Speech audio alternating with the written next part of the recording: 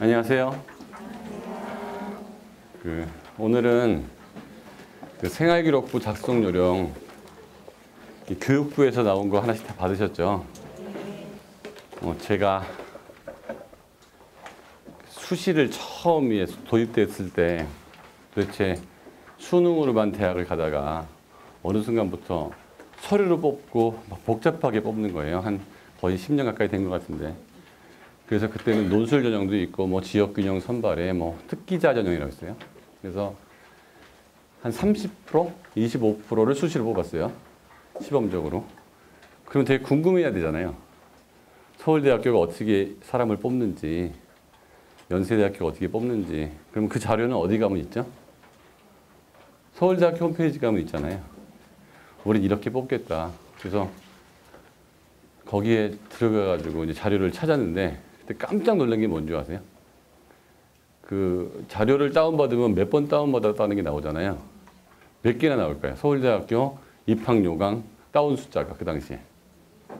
네? 몇 개쯤 될까? 25개.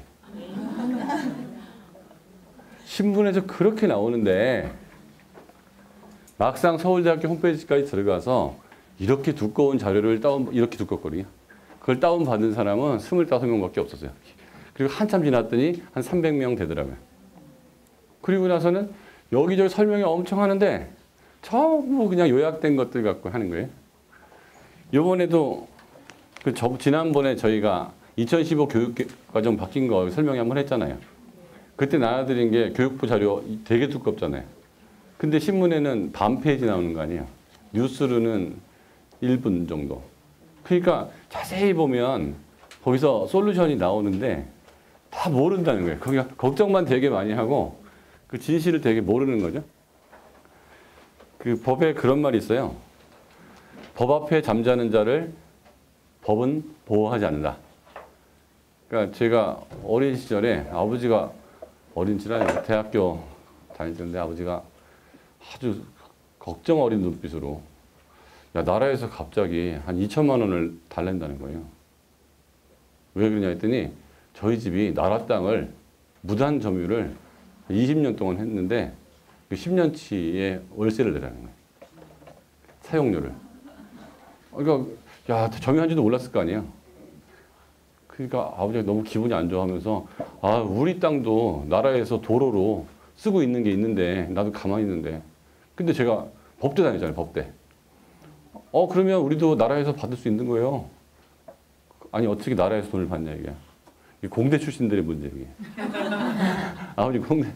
그래가지고 그거를 가지고 우리도 이런 땅이 나라한테 그때 그 주냐 안 주냐 했는데 주진 않는다라고 그냥 준다는 거에 사인 안 했대요. 기부한다에. 그러니까 기부는 안 한 건데 나라가 쓰는 거예요. 그게 더 넓어. 그래가지고 우리가 받을 게 아마 3,500.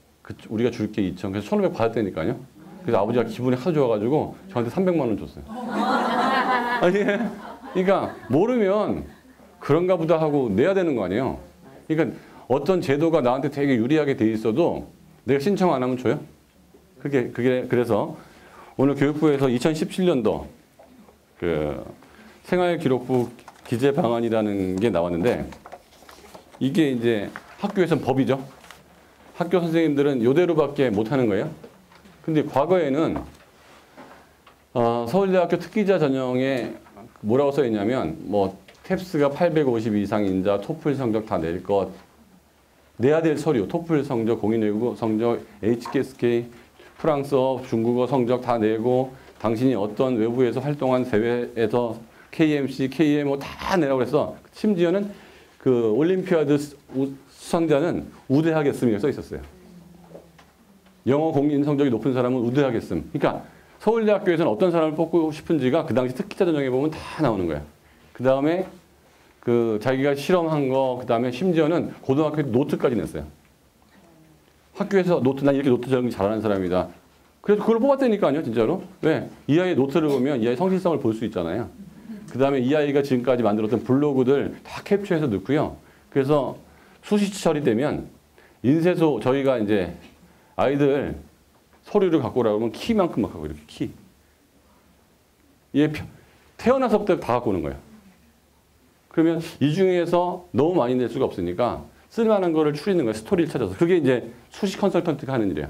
제가 하는 일이 이걸 스토리를 잡으려면 어릴 때 이거 했었고 초등학교 때 보이스카우트에서 뭘 했어서 그거를 한 2권, 1권 정도를 만드는 거예요. 그걸 포트폴리오라고 했어요. 그래서 그 서류에다가 원서를 낼 때 포트폴리오는 봉함을 해서 교수한테 같이 냈었어요. 그럼 교수가 그걸 보고 이 아이를 서류 평가하는 거예요. 그러니까 실질적으로 그렇게 해야 되는 거 아니에요? 이 아이의 평생을 다 까야 되는 거 아니에요? 교수가. 그랬더니 그렇게 했더니 뭐가 되죠? 그거를 또 입학 컨설팅 회사에서 만들어줘. 어떻게 만들어줘? 걔 거니까 편집만 한 거지. 스토리만. 그래서 저래서 또 그 대학 가려고 올림피아드를 본다는 둥, 대학 가려고 영어 사교육을 많이 받는다는 둥 계속 못하게 만들더니 마지막에 KMO까지 날아간 거예요. 과거에는 다 쓰라고 그랬었어요. 다 쓰라고. 그러면 진짜 이 아이를 판단하기가 좋았거든요. 근데 지금은 다 못 쓰는데 심지어는 이제 몇 년 전에 2011년도에 교장이 인정한 외부상은 괜찮았었거든요. 근데 그것도 안 된다. 그래서 외부상은 다 안 된다. 그래가지고 이제 요 안에 있는 거에서 움직여야 되는데 자 수시가 그 내신 전형은 성적표로만 뽑으니까 한 30% 그렇다 치고 종합 전형 50%는 뭐만 갖고 뽑아요? 학생부로만 뽑죠. 학생부에 내신 플러스 거기 써 있는 거. 그러면 학생부에 뭔가 잘 쓴다는 거는 입학 시험이에요. 근데 어머니들은 학생부를 잘 쓸 생각을 안 하고 학원을 보내잖아요. 이거밖에 낼 게 없는 거예요. 아무 추가 서류를 못 내. 이것만 내야 돼. 그러면 교수는 입학사정관은 요거만 보고 뽑아야 되는 거예요. 그러면 이거를 잘 써야 돼요? 안 써야 돼요? 잘 써야죠. 최소한 없는 걸 쓸 수는 없지만 불이익은 안 받아야 될 거 아니에요. 불이익은. 근데 이거 언제쯤 이걸 내가 잘 썼는지 못 썼는지 알 것 같아요? 3학년 1학기 때 알아요. 쓸 때. 이게 쓰기 전에 알아야 되는데 쓸 때 아는 거야. 쓸 때. 어? 내가 비행기 탈 때 여권 안 갖고 온지 언제 알아요? 공항 가서 하는 거야. 공항 가서. 이게 집에서 나올 때라도 알면 되는데 네? 그래서 하나 넘겨가면서 그 다음에 제가 고등학교 선생님들 몇 명한테 물어봤어요. 학부모님들한테 그 생활기록부 기재 방안에 대해서 가이드 하느냐 한 번 한 적이 있었는데요. 난리가 났대요. 그 다음부터 학교에 엄마들이 문의하고 찾아오는데 일을 못할 정도로 난리가 나가지고 그거 기획한 선생님들이 다른 선생님들한테 욕을 어마어마하게 먹었대요. 선생님들이 잡무가 많은데 그냥 알아서 쓰는 대로 받아가지. 그러면 정말 잘 써주는 담임을 만나거나 선생을 만나면 럭키한데 안 그런 사람도 많을 거 아니에요. 대충 아무렇게나 자기가 그냥 형식적으로 써주는 사람. 근데 교수는 입학사정관 그것만 보고 뽑아야 돼. 그러면 이 사람 펜 때 좌지우지 될 거 아니에요. 그러면 적극적으로 없는 거를 만들어달라고 그러면 그거는 불법이겠지만 같은 것도 표현이나 이런 것들을 잘 만들어야 거기에 뭘 집어넣어야 되는지 판단을 해야 될 겁니다. 넘기시면 다 할 수는 없고요. 23쪽. 주요 변경 사항이라고 있어요. 기재 요령 안내. 교내 외상 구분란 삭제. 그래서 교외 상은 포함되지 않는다. 이거 백 좀 잠깐만.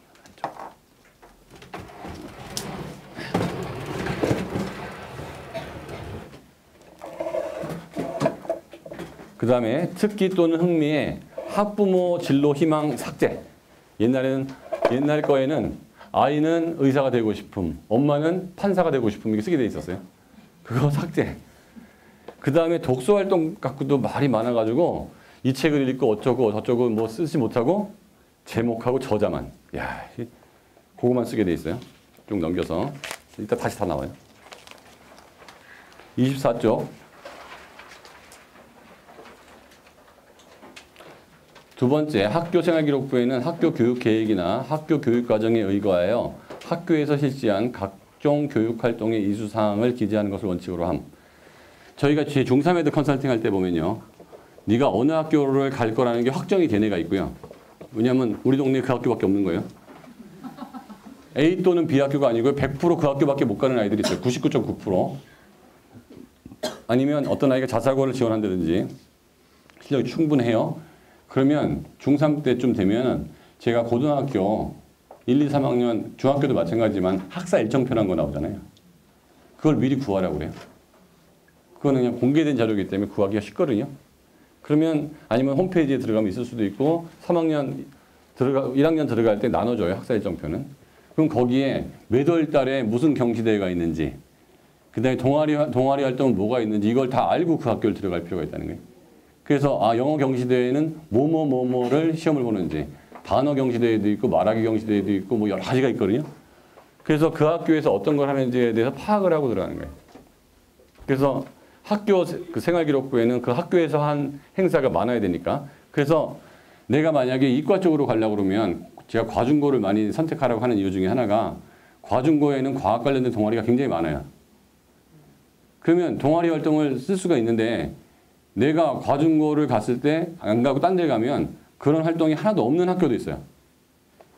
그러니까 학교의 전통이나 어떤 스타일에 따라서 이런 활동이 굉장히 많고 경시대회를 많이 보는 학교가 있고요. 그런 거 귀찮다고 안 보는 학교도 많아요, 생각보다. 그러면 쓸 게 없어진다는 거죠. 근데 교수 입장에서 보면 누가 그런 학교 가랬어요. 그러니까 서울대학교를 직윤으로 들어간 제 가르치는 애가 있었는데 걔는 수상 기록만 8페이지요. 하다못해 아주 말도 안 되는 것까지 다 상을 받아버린 거예요. 결과적으로 양이 안 중요하다고 하는데요. 양이 중요해요. 이게 장수가 어떤 애는 홀가분하고 어떤 애는 두툼하단 말이에요. 뭘 했으니까 두툼할 거 아니에요. 그래서 그거 대회가 근데 다 참여하고 싶어도 그죠? 참여할 대회가 없으면 어떻게 해. 그리고 대부분 참여하는데요. 열심히 하는 애는 정말 한 10명이서 열심히 하기 때문에 열심히 하겠다고 생각하면 상은 다 받아요. 나머지 그냥 참여만 하는 거예요. 왜? 몇 명이 참여하는 게 되게 중요하거든요. 그래서 선생님들은 다 참여시켜요. 3명밖에 상 받을 수 없어도 다 일단 그날은 시험 보라고 그런다고. 될 수 있으면. 그래서 준비를 하는 게 되게 중요하고 그 다음에 학교 교육계획 이외의 체험활동은 여기 세 번째 거예요. 교육 관련 기관. 이게 되게 중요한 거예요. 교육 관련 기관.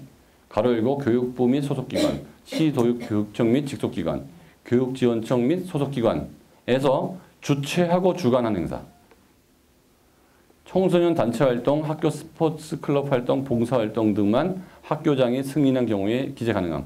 어떤 케이스가 있었냐면 과학부에서 교육부가 아니고 뭐 통상산업부에서 학생들을 대상으로 한 3개월, 6개월짜리 프로그램을 진행하고 상을 줬어요.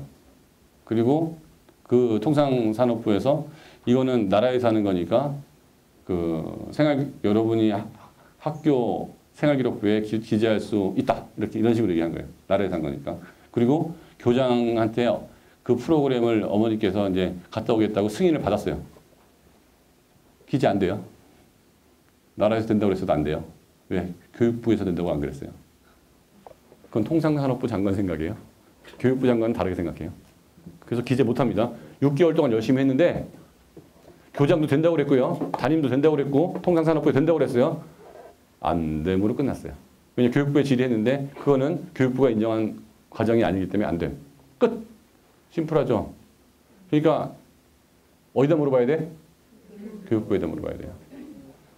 교육부에 물어봐야 돼. 그러니까 누가 다 된다고 교장 된다고 그랬는데 중요한 거는 얘 인생에 좋은 경험을 했지만 생활기록부에 못 올라간다는 거예요. 근데 생활기록부에 안 올라갔으면 6개월 동안 가서 했겠냐고. 고등학생이 바쁜데. 그러니까 이건 억울한 거야, 안 억울한 거야? 억울하죠. 억울한 건 누가 봐도 억울해요. 아, 교장도 미안하다. 다 미안하다고 그럴 거예요. 통상산업부 그 과장도 미안하다고 그럴 거예요. 미안한 거에서 끝이 미안한 거에서 끝. 미안한데 올려주지 못해. 이런 일이 생기는 거예요. 뒤에 보면 어학시험, 교외 경시, 교내외 인증시험, 참여사실, 모의고사. 옛날에 모의고사도 포트폴리오에 냈었거든요. 못 내요. 그 다음에 성적 관련 교내 수상실적 안 되고 교회상, 논문, 학회지 등재. 옛날에는 대학 가려고요. 책도 출판돼 있었어요. 애들이 시집도 내고 다 냈었어요. 그걸로 활동으로. 그래서 출판한 책을 포트폴리오에 같이 냈었어요. 예. 그래서 그 옛날에 고등학생들이 자비 출판이 그렇게 많았어요. 그 누가 사갔어요? 친척들 돌려 읽고 끝나는 거죠. 친구들하고. 자비 출판 100권 뽑아가지고. 지금 옛날에 했었어요. 근데 발명 특허 내가지고 특허증 따는 거. 그래가지고 이것도 아빠하고 같이 해가지고 뭐 특허 출원도 하고 막 그랬었단 말이에요. 다 안 돼, 이제는. 이거 다 돼야 되는 거예요, 원래. 그게 일부러 한 애도 있지만 진짜 열심히 해서 특허 출원한 애가 왜 껐어요? 근데 무조건 돈 들어가 보이는 건 안 되는 거고, 심지어는 봉사활동도 외국 애들은 다 해외 봉사했거든요, 옛날에. 못 사는 나라 가가지고. 야, 없는 사람은 해외도 못 나간다고 그래서 해외 봉사 금지. 아, 이게 말이 안 되는 거예요. 왜냐하면 외고 다니는 애가 글로벌리 커야 되는데 고등학교 때 미국 같은 경우는 해외 봉사가 엄청 권장하거든요. 그것도 나라에서 돈 내준 것도 아니고 지 돈 내고 하는 건데. 그래서 뭐 어디 아프리카 가가지고 에이즈 걸린 애들하고 같이 청소도 해주고 걔들 목욕도 시켜주고 그러면서 문제의식을 느낀단 말이에요. 그리고 대학을 가는 거하고 안 들어가는 거하고 차이가 나는데 언론에서 뭐라고 그러냐면 아니 해외 봉사 가려면 돈이 몇백이 드는데 그건 로얄 봉사 아니냐 이거야. 야, 원래 봉사는 로얄 봉사예요. 노블리스 봉사가 누가 해요? 있는 사람이 하는 거예요, 그래. 바자회다 뭐다. 그게 꼴리사 나올지 모르겠지만 그거 해가지고 돈이 거치는 거 아니에요. 그거도 어려운 사람 도와주는 거기 때문에 원래 진정한 봉사는 가진 사람이 하는 거예요. 가진 사람이. 안 그러면 시간이 없다고. 근데 못해요. 그 다음에 학생생활기록부에 항목과 관련이 없거나 기록해서는 안 되는 내용의 기재, 단순 사실을 과장하거나 부풀려서 기재, 사실과 다른 내용을 허위로 기재하는 등 학교생활기록부의 신뢰도를 저하시키는 사례가 발생하지 않도록 유의해야 함. 특히 학생생활기록부 서술형 항목에 기재될 내용을 학생에게 작성하여 제출하도록 하는 행위 금지. 선생님이 쓰기 편해요? 귀찮아요? 귀찮죠? 아래 한글로 써서 제출하면 따서 끼워 넣으면 되잖아요. 복사 넣고. 이거는 잘 보세요. 이러는 경우가 많다는 얘기예요? 안 많다는 얘기예요? 어마무지하게 많다는 거죠. 어마무지하게 많다는 거죠. 이거는 제가 뭐라고 말씀 안 드리겠어요? 여기 금지라고 되어 있는데 현실이 어떨지는 잘 모르겠어요. 왜냐하면 문장을 예쁘게 잘 쓸 수 있는 선생님이 많이 없을 수도 있거든요. 근데 일단 쓰면 정정은 안 돼요. 정정이 되려고 그러면 어마무지하게 복잡한 과정을 거쳐야 정정이 돼요. 교장의 교육부까지 올라가야 돼요. 그러니까 웬만하면 정정이 안 돼요. 어떤 건 정정이 되느냐. 결석 처리했다. 근데 그때 쉽게 정정되는 거. 우리 아버지가 돌아가신 날이다. 그래서 내가 상갓집에 있느라고 못했다. 그러면 그날 병원에서 있었던 그 장례 서류 내면 그건 쉽게 정정해줘요. 근데 잔뜩 쓴 것들 있잖아요. 그거는 정정하려고 그러면 락이 걸려 있어가지고 락을 풀려고 그러면 여러 사람이 도장을 찍어야 돼. 사유가 다 있어야 되는 거야. 그래서 첫 방에 잘 안 들어가면 가능하긴 한데 매우 힘들다는 거 좀 알아줬으면 좋겠고요. 그 다음에 25쪽 요거 별표 쳐놓으세요. 일단 어떤 대회를 나가고 싶다. 그러면 단위 학교한테 물어봐야겠죠? 담임한테. 그러면 담임이 괜찮아요 라고 해도 어머님 뭐라고 그래야 돼요? 교육청의 질의 좀 한번 확실히 해주세요. 무슨 말씀인지 아시겠죠? 명백한 거는 상관없어요. 작년에도 기재했고 올해도 기재했고 계속 기재했던 건 상관없어. 근데 이거는 약간 애매하다. 그러면 학교에다가 이거 교육청에 질의해 주세요 라고 그래요.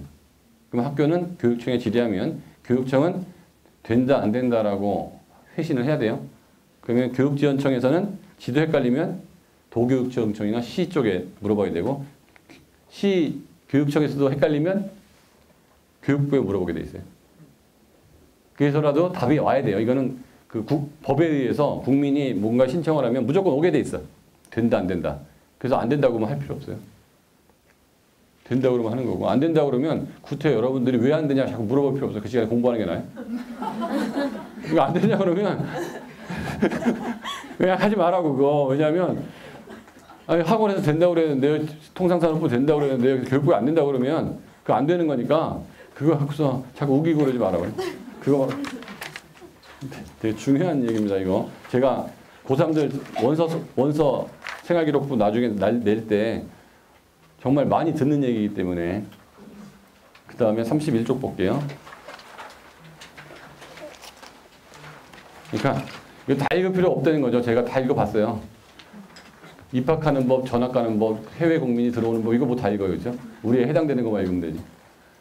진로 희망사항은 누가 써요? 가운데 해설 볼게요. 진로 희망사항은 누가 쓰죠?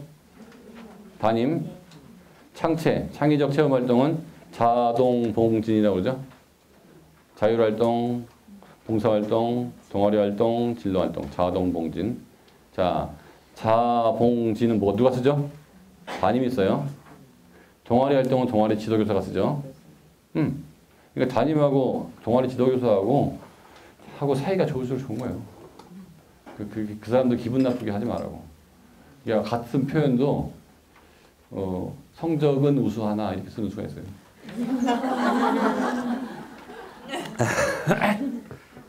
성적은 매우 우수함.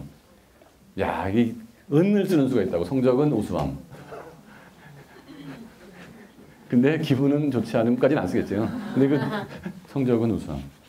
그 다음에 교과 학습 발달 상황에서 이게 되게 중요한 거예요. 사실 그 대학교에서 자율활동, 봉사활동, 진로활동 별 관심 없을 수도 있어요, 많이. 그러니까 대학은 어떤 애 뽑고 싶어요? 공부 잘하는 애 뽑고 싶어요. 머리 좋은 애 뽑고 싶어요. 사고 안 치는 애 뽑고 싶어요. 그렇죠? 공부 잘하는 애. 그 진득한 애 뽑고 싶고 뭐 이렇게 뽑고 싶잖아요. 근데 교과 학습 발달 상황 및 세부 능력 특기 상황은 교과 담당 교사하고 담임 교사 같이 쓴단 말이에요. 국어 선생이 국어 써주고 사회 선생이 사회 써주고 써주는 거예요. 그렇죠? 그 다음에 여기에 나중에 껴들어갈 게 되게 많은 게 이따 다시 얘기했지만 중학교 영재원 있잖아요. 수학 영재원 뭐 대학 부설 영재원 수학을 다녔다. 그러면 그거는 교과 학습 발달 상황 세부 특기 사항에 들어가는 거예요. 옛날에는 종합에 들어갔거든요. 그래서 수학 영재원 뭐 100시간 이수. 어느 영재원은 못 쓰게 돼 있어요. 영재학급도 쓰게 돼 있고요. 그래서 요거는 그 되게 중요한 겁니다. 그래서 얘가 어느 공대를 가려고 그러면 수학 관련된 그 세부 특기 사항을 열심히 볼 거란 말이에요. 그 다음에 행동 특성 및 종합 의견. 이건 담임이 써요. 그러니까 담임이 쓰는 게 엄청 많아요. 그래서 이 담임이 이걸 잘 쓸 수 있는 능력이 있는 사람을 만나면 되게 해피한 거예요. 의욕 있고. 안 그러면 어머니들께서 쓰기 전에 우리 아이는 이거가 이렇게 돼 있는데 그런 식으로 잘 기재가 될 건지 물어보시는 게 되게 그러니까 없는 걸 해달라고 그러면 불법이지만 있는 거를 놓치지 말아달라고 얘기하는 거는 불법이 아니에요. 그리고 당해년도 이전의 생활기록부 입력 자료에 대한 정정은 원칙적으로 금지되며 봉사활동 실적 누락 등 객관적 증빙자료가 있는 경우 학급 담임교사가 증빙자료를 첨부하여 학업성적관리위원회의 심의를 거쳐 입력자를 정정함. 쉽지 않겠죠. 이 증빙이 있어도 이 정도예요. 없는 건 얼마나 힘들겠어요. 학생평가 및 평가 결과에 대한 근거한 학생생활기록부 기재는 교사의 고유 권한으로 학생이나 학부모 등으로 기재할 내용을 제공받아 그대로 입력하는 것은 허위사실 기재에 해당된다. 많이 한다는 얘기예요. 부정청탁 및 금품 수수 금지에 관한 김영란법에 해당된다. 그렇죠? 근데 워드 파일로 주는 게 아니고 어필은 해보라란 말이에요. 제가 고등학교 선생님들한테 물어봤어요. 가만히 있는 사람하고 어필을 하는 사람하고 어떻느냐. 아무래도 어필을 하는 사람께 더 조심스럽죠. 가만히 있는 사람보다. 그렇죠? 무슨 말인지 알겠죠? 일부러 안 써주진 않는데 싸울 필요도 없지만 그냥 가만두지도 말란 말이에요. 그러니까 어느 정도는 내 권리를 주장을 해야 된단 말이에요. 왜? 이걸로 대학을 가는 거니까. 이게 별로 안 중요하면 그렇게까지 할 필요 없잖아요. 근데 이것만으로 가니까 대학을. 이거 이외에는 어떤 자료도 평가를 하지 않고 이것만으로 가는데 이거에 무심하면 돼요, 안 돼요? 안 되는 거예요. 그러니까 학교에서는 이런 거 설명을 안 하는 거예요. 이거 했다가 얼마나 바쁘지겠어요. 그렇죠? 그러니까 딱 어머니들만 다 가시면 돼요. 넘겨서.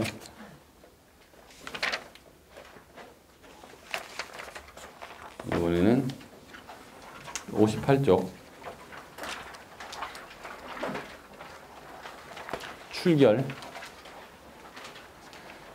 여기서 뭐 대단한 거 없고요. 어떤 거는 학교에서 인정하는 결석이고 어떤 거는 인정 안 하는 결석이고 이거 좀 봐뒀다가 뭐 질병으로 의한 거 무단결석. 무단결석은 걸리지 않는 게 되게 좋아요. 그래서 요거 좀 봐뒀다가 누구 장례식 갈 때는 어디까지 현장 실습, 그 다음에 현장 체험학습 이런 거 잘 이용하는 거. 제가 상담할 때 많이 지도해 주는 것 중에 하나가요. 동아리 활동이든 무슨 뭐 창의적 체험 활동이든 진로 활동이든 그래가지고 학회 같은 데 많이 가라고 그러거든요. 학회. 예를 들어서 그거는 이제 그 학교 교장이 인정해 주면 되는 거니까 예를 들어서 진로 활동이면 우리 아이가 뭐 로봇을 가고 싶어. 그러면 로봇공학 학회 같은 게 있잖아요. 거기 가서 체험하면 진로 탐색 활동에 들어갈 수 있잖아요. 그죠? 교장이 갔다 오라고 했으면. 그러면 학회 같은 데를 많이 가라고 하는 이유가 학회를 가면 나를 심사할 교수가 그 학회에 왔었을 가능성이 되게 높아요. 그러면 그거를 갖고 아이하고 그 면접 때 얘기할 수 있는 가능성이 생기는 거예요. 그러니까 제가 항상 얘기하는 것 중에 하나가 어머니들은 우리 애가 그 대학을 들어가면 참 좋겠지만 교수는 아무나 뽑으면 돼요.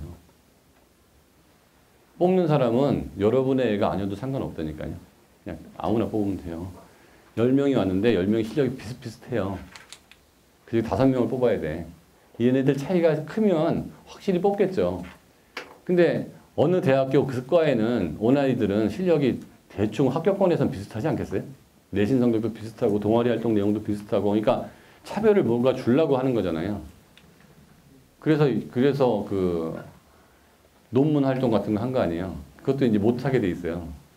올해 작년에 너무 이제 강하게 감독이 들어와서 그것도 이제 아빠가 교수이거나 아니면 그 대학원생이나 강사들을 이용해서 연구를 같이 할 수 있을 정도의 재력이 없는 사람 못 한다고 그래가지고 못하게 됐다고. 근데 그런 거 되게 좋았거든요. 교수 입장에서 보면. 왜냐하면 굉장히 어려운 실험 활동 같은 걸 했어요. 그 내용이 쫙 써 있어. 그럼 그 내용 물어봤는데 얘가 아는지 모르는지 평가할 수가 있잖아요. 교수가. 근데 안다고 그러면 진짜 똑똑한 거잖아요. 예를 들어 고등학생인데 화학 관련된 굉장히 어려운 논문을 쓴 거예요. 지가. 근데 가짜인지 진짜인지는 교수가 몇 마디 질문만 해보면 그 내용을 다 얘가 파악하고 있는지 알잖아요. 근데 그거 안 했으면 파악이 안 되잖아. 그럼 그거 뽑기가 좋았다고. 근데 그것도 못 써. 그러면 얘가 이제 학회 같은 데 가거나 그런 거 내가 강조하는 게 교장이 인정한 그 현장 체험 학습을 어떻게 갈 건지도 굉장히 전략적으로 해야 되는 거예요. 그래서 그 제가 상담할 때 넌 여기 갔다 와라 저기 갔다 와라 이렇게 얘기해 주거든요. 그리고 넘겨서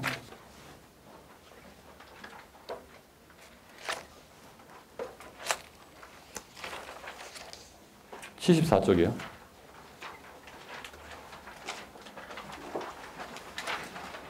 구조 수상 경력, 드디어 이제 수상 경력이 나옵니다. 이제 그 생활기록부에서 제일 중요한 건 뭘까요? 1번. 내신 성적이 제일 중요하겠죠. 정량적으로 나온 게 정성적인 것보다는 항상 더 중요한 거예요. 그리고 교수 입장에서 봤을 때 거짓말일까 거짓말이 아닐까라는 의심이 안 갈수록 좋은 거예요. 예를 들어서 뭔가 굉장히 열심히 했다고 그러는데 별로 해보이지 않는 거 있잖아요. 이게 진짠가 아닌가 그러면 거기에는 점수를 많이 안 줄 수 있어요. 그냥 그거를 그냥 안 본다는 거지. 예를 들어서 어떤 동아리 활동을 하는데 매우 성실히 이런 애매한 표현들 있잖아요. 친구들과 협력을 해가며 이런 애매한 표현들. 여기 이거 진짜 이거 동아리 지도교수가 그렇게 써주겠지. 얘만 튀어서 이렇게 쓰겠어요. 그러니까 그런 멘트들은 그냥 나를 기쁘게 해주겠지만 그래서 자기소개서 쓸 때 절대 하지 말라는 거 있잖아요. 엄한 아버지와 자애로운 어머니와 함께. 그것을 시간이 쓸 게 얼마나 많은데, 응? 어렸을 적부터 뭐 어쩌고 저쩌고. 응? 애들 자기소개 쓴 거 보면 한심해요. 응? 최선을 다하였고 뭐 어쩌고 저쩌고. 그러니까 최선을 다했는지 알게 뭐야 교수가. 팩트 위주로 갔어요. 팩트 위주로. 수상 경력 보면 교내상만 입력하고 교회상은 입력하지 않는다. 모든 교회상은 학교 생활기록부 어떤 항목에도 입력하지 않는다. 뭐 창의적 체험 활동이나 어디든 교회상 입력하지 않는다는 거예요. 교내상은 생활기록부 수상 경력에만 입력하며 수상 경력 이외에 어떤 항목에도 입력하지 않는다. 예를 들어서 얘가 영어 관련된 말하기 대회에서 상을 받았어요. 그거를 영어 교과 세부 특기상에 쓰진 않는다는 거예요. 그냥 수상 경력에만 쓰고 이 학생은 영어를 자유자재로 구제할 수 있으며 그 예로 이 아이는 전교에서 영어 말하기 대회에서 1등을 하였다. 이렇게 못 쓴다는 거예요. 그냥 세부 특기사항에는 이 아이는 영어로 말을 능숙하게 할 수 있다. 이렇게 쓸 수 있지만 그래서 상을 받았다는 얘기는 수상 경력에 쓴 거를 다시 딴 데다 못 쓴다는 얘기예요. 각종 교내 대회 참가 사실은 학생 기록부 어떤 항목에도 입력하지 않는다. 상 받은 건 쓰는데 참가한 건 안 쓴다는 거예요. 무슨 말인지 알겠죠? 얘가 영어 경시대회에 나갔음. 이건 안 쓴다는 거예요. 상을 받은 놈은 수상 경력에 쓰는데 나갔다는 사실은 안 쓴다는 거예요. 옛날에는 이것도 썼었어요. 그래서 수학 올림피아드에 내가 되게 내보냈었거든요. 택도 없는 애들을. 나가서 그러면 증빙은 그때 증빙을 붙여야 돼요. 그러면 접수증을 붙이는 거야. 그러니까 3년 내내 나갔어. 대회 가서 자다 왔음. 그러니까 그래서 상 아무것도 받았는데 나갔음이라도 그날 하루 관심이라도 있어 가진 거 아니에요. 근데 그때는 그런 걸 썼단 말이에요. 옛날에는. 그러니까 제가 그 입시 컨설팅에 산 증인 아닙니까? 청심중학교 입시부터 시작해가지고 제가 안 해본 입시가 어디 있겠어요. 다 이렇게 해보면 흐름이 지금은 참 할 거 없어가지고 사실 입시 컨설팅 받을 것도 없어요. 지금은. 잘만 보면 그러니까 너무너무 뻔해져가지고요. 옛날에는 남이 안 한 거를 막 할 게 많았어요. 그러니까 입시 컨설턴트가 막 해줄 게 많아가지고 봉사활동 전문 입시 컨설팅도 있었어요. 전 그런 건 하기 싫더라고. 봉사활동 전문. 그러니까 되도 않는 애 되게 하는 게 아니고 되래만 되게 해야 되는데 봉사활동 전문 그거 봉사활동만 찾는 컨설턴트가 있었고 상을 어떤 짓까지 했는지 아세요? 옛날에? 저는 그런 거 안 했어요. 몽고에 가서 몽고 시장상 같은 걸 받아오는 거예요. 울란바토르 시장상. 몽고 부통령상. 그 나라에다 나무 좀 심어주고 그러면 상을 줘요. 그러니까 그 나라에다가 물자 좀 대주면 상을 주는데 이거 몽고에 준 상이잖아요. 참가 얘 하나요. 근데 상 받는데 몇 천만 원 드는 거예요. 몇 천만 원. 억대로 들어요. 억대로. 그러면 상위권 대학 못 가는데요. 중하위권 대학에서는 그 의미가 있어요. 이게 서울에서도 끝부분 학교는 그런 상을 받은 게 의미가 있다니까. 그러니까 충청도 가래를 그렇게 보내는 데는 효용이 있어. 근데 상위권에서는 택도 없어요. 그런 거. 그래서 그런 것만 또 전문으로 하는 컨설팅 회사도 있었어요. 그래서 저는 이런 짓 하면 안 되는데 사람이 있는 거 해야지. 울란바토르까지 가가지고 그런 거 싹 못해요. 지금은 옛날 얘기고. 그 다음에 넘겨와서 오른쪽에 보면 이거 봐요. 그 75쪽 제일 위에 보면 학기초 학교 교육계획에 의거하여 실시한 교내상의 경우에 하나여 학생 생활기록부에 입력할 수 있음. 단 교육 목표를 달성하기 위하여 불가피하게 학교장의 결재를 득하여 시행한 경우에도 입력할 수 있음. 그 수상은 대회는 미리 다 예정되어 있다는 거죠. 그러니까 다음 주에 수학경시대회 본다 그때 알지 마시고 그걸 겨울방학 때 미리 다 알아놓으란 말이에요. 요때 중간고사 끝나고 나면 요때부터 내가 수학경시대회 공부를 해야 되겠구나. 바쁘니까 여름방학 때 수학경시대회 공부를 해야 되겠구나. 나는 올해는 과학까지 하기 힘들겠구나. 난 과학도 해야겠구나. 나는 문과니까 뭘 해야 되겠구나. 그걸 표시를 해놔야 된단 말이에요. 그래서 저하고 상담받는 아이들은 항상 학사 일정표를 가져와요. 다 보려면 안 갖고 와도 돼요. 다 보는 애도 있어요. 다 보는 애 어떤 애죠? 중학교 때 이미 수능이 다 끝난 애들은 고등학교 올라가서 내신하고 모든 경시를 다 보는 거고요. 중학교 때 수능이 거의 안 끝난 애들은 고등학교 때 수능을 하는 거예요. 그래서 그 내신으로 갈수록 내신하고 이런 동아리 활동 이런 걸 열심히 하려면 공부 좀 미리 해놓지 않으면 이걸 열심히 하기가 힘들어요. 현실적으로. 대회가 1년에 한 15개쯤 되거든요. 이런 상 받는 게. 그러면 15개면 한 달에 하나씩 아니에요. 방학 빼면은 한 달에 2개씩 대회가 있다고. 그걸 다 나가려고 해봐요. 공부할 시간이 어디 있어. 중간고사, 기말고사, 모의고사, 수행평가 있는데. 그 사이에 또 대회잖아요. 그러니까 고등학교 가서 실제로 공부할 시간이 있냐는 거지. 그러니까 고등학교에서 공부하려고 그러면 그런 대회를 못 나가는 거예요. 그런 대회를 못 나가면 정시밖에 못 가는 거예요. 정시 아니면 학생부 교과전형, 종합전형 가려고 그러면 그런 대회를 나간다 했단 말이에요. 그러니까 내신이 제일 중요하고 그 다음에 중요한 게 대회예요. 왜 대회가 중요하냐? 독후감 쓰기 대회 4월에 쳤잖아요. 전교생 중 참가자 20% 수상 비율은 선행상 5월에 받고 전교생 수상 비율 10%. 그래서 몇 명이 받고 동점자가 몇 명이고 다 쓰게 돼 있단 말이에요. 그래서 학교는 무슨 대회를 나가면 애들 많이 보게 해요. 4명이 나가서 2명 됐다 그러면 가치가 떨어지니까 그냥 안 될 애들도 그냥 앉아서 보기라도 해라고 계속 독려하는 거예요. 인원수 늘리려고. 그 다음에 4번. 교회 대회가 공정하게 이루어지도록 대회 실시 이전에 대회 요강, 시기, 운영, 심사 방법, 수상 인원을 공개하도록 한다. 공개 방법은 학생, 학부모 서비스, 가정통신문, 홈페이지, SNS 활용 등 학교장 대장으로 정한다. 그래서 학사 일정표는 빨리 받아들 것. 76조. 수상명에 수상명을 입력하고 가로 안에 공동수상과 수상 인원을 입력한다. 그렇죠? 그 다음에 라. 교과 우수상을 여러 과목에 수상하는 경우는 가로 안에 수상 과목을 변경한다. 교과 우수상, 국어, 영어, 수학과 이런 전교 1등이네. 교과 우수상 4개 받았으면 전교 1등이지 뭐. 그 다음에 과목은 뭐 이렇게 쓴다. 그 다음에 각종 대회에서 참가 부분이 있는 경우 가로 안에 참가 부분을 입력한다. 컴퓨터 대회, 문서 작성 부문, 과학 탐구 대회, 과학 상상 그리기 부문. 컴퓨터 대회가 앞으로 더 많아질까요? 적어질까요? 왜요? 왜 많아져요? 예? 아니 좀 애들 보고 대답 못 한다고 좀 왜 하면 뭐라 좀 얘기를 해. 이게 왜요? 왜? 아니요. 2015 교육과정에 컴퓨터가 정규 과목으로 들어오잖아요. 기술과정에 정보가 들어온다고. 컴퓨터가 초등학교 5, 6학년 내년부터 중학교 1학년, 내년부터 고등학교 1학년에 컴퓨터가 정규 과목으로 들어온다고. 그러면 정규 과목으로 없는 대회가 만들기가 편해요? 정규 과목 있는 대회가 만들기가 편해요? 그렇죠. 왜? 선행학습 금지법 때문에 이런 모든 대회는 될 수 있으면, 그죠? 교과 과정 내에서 대회를 하라는 거 아니에요. 그건 컴퓨터 관련 대회도 지금도 있었거든요. 왜? 방과 후에 있으니까. 근데 교과 과정으로 들어오면 컴퓨터 관련 대회는 앞으로 더 많아질 것 같아요? 적어질 것 같아요? 그러면 엑셀 파워포인트 대회 같은 게 제일 쉽잖아요. 코딩 대회는 쉽지가 않아요.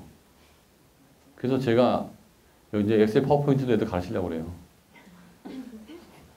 아니, 그러니까 대회가 있으면 그걸 하는 거고 없으면 안 하는 거지 뭐 그거. 근데 조금 정교하게 할 필요가 있지 않아요? 근데 이거는 아주 심플해요. 지가 엑셀 파워포인트 잘한다고 상 받는 게 아니에요. 잘하는 거에서 참 보기도 좋게 만들어야 상. 음식이 맛있으면 상품이에요? 맛있고 보기가 좋아야 돼요. 맛있는 게 더 중요해요? 보기 좋은 게 더 중요해요? 그렇지. 장사가 되려면요, 맛있는 건 2번째예요. 보기 좋은 게 1번이고 맛있는 게 2번째로 간다고. 그래서 기능을 잘 알지만 그거를 파워포인트 잘 쓸 수 있는데 예쁘게 잘 쓰고 평가를 받아야 될 거 아니에요. 그러려면 조금만 더, 그러니까 아예 파워포인트를 새로 배우는 게 아니잖아. 워드를 새로 배우는 게 아니고 엑셀 새로 배우는 게 아닌데 그걸 갖고 챌린저블하게 뭘 안 해본 거죠. 이 함수식을 이용해서 뭘 해보든지 뭐 아니면 이거를 이용해서 뭘 만들어 보든지 서식을 그 대기업에서 쓰는 것처럼 예쁘게 만들어 보든지 이런 거 안 한 거잖아요. 그냥 나 혼자 글자 타자수는 빠른데 다 할 줄 아니까 그런 디테일한 거 조금만 배우면 돼.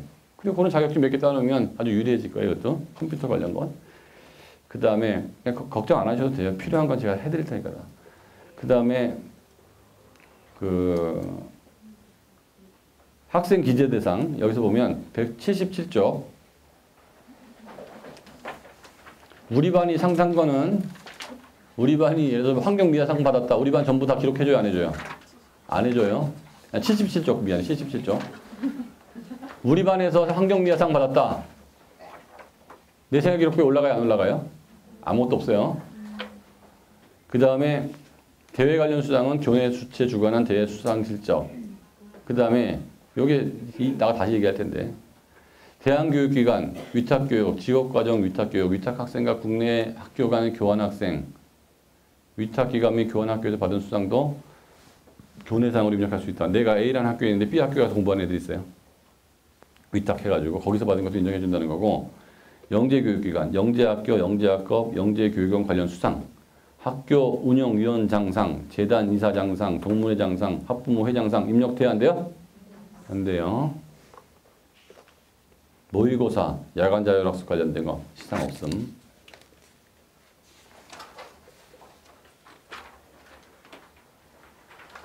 모 외고에서는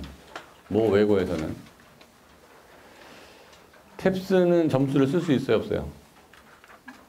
탭스 성적을 쓸 수 있어요, 없어요? 시험화 기록부에. 토플 성적 쓸 수 있어요, 없어요? 못 쓰죠.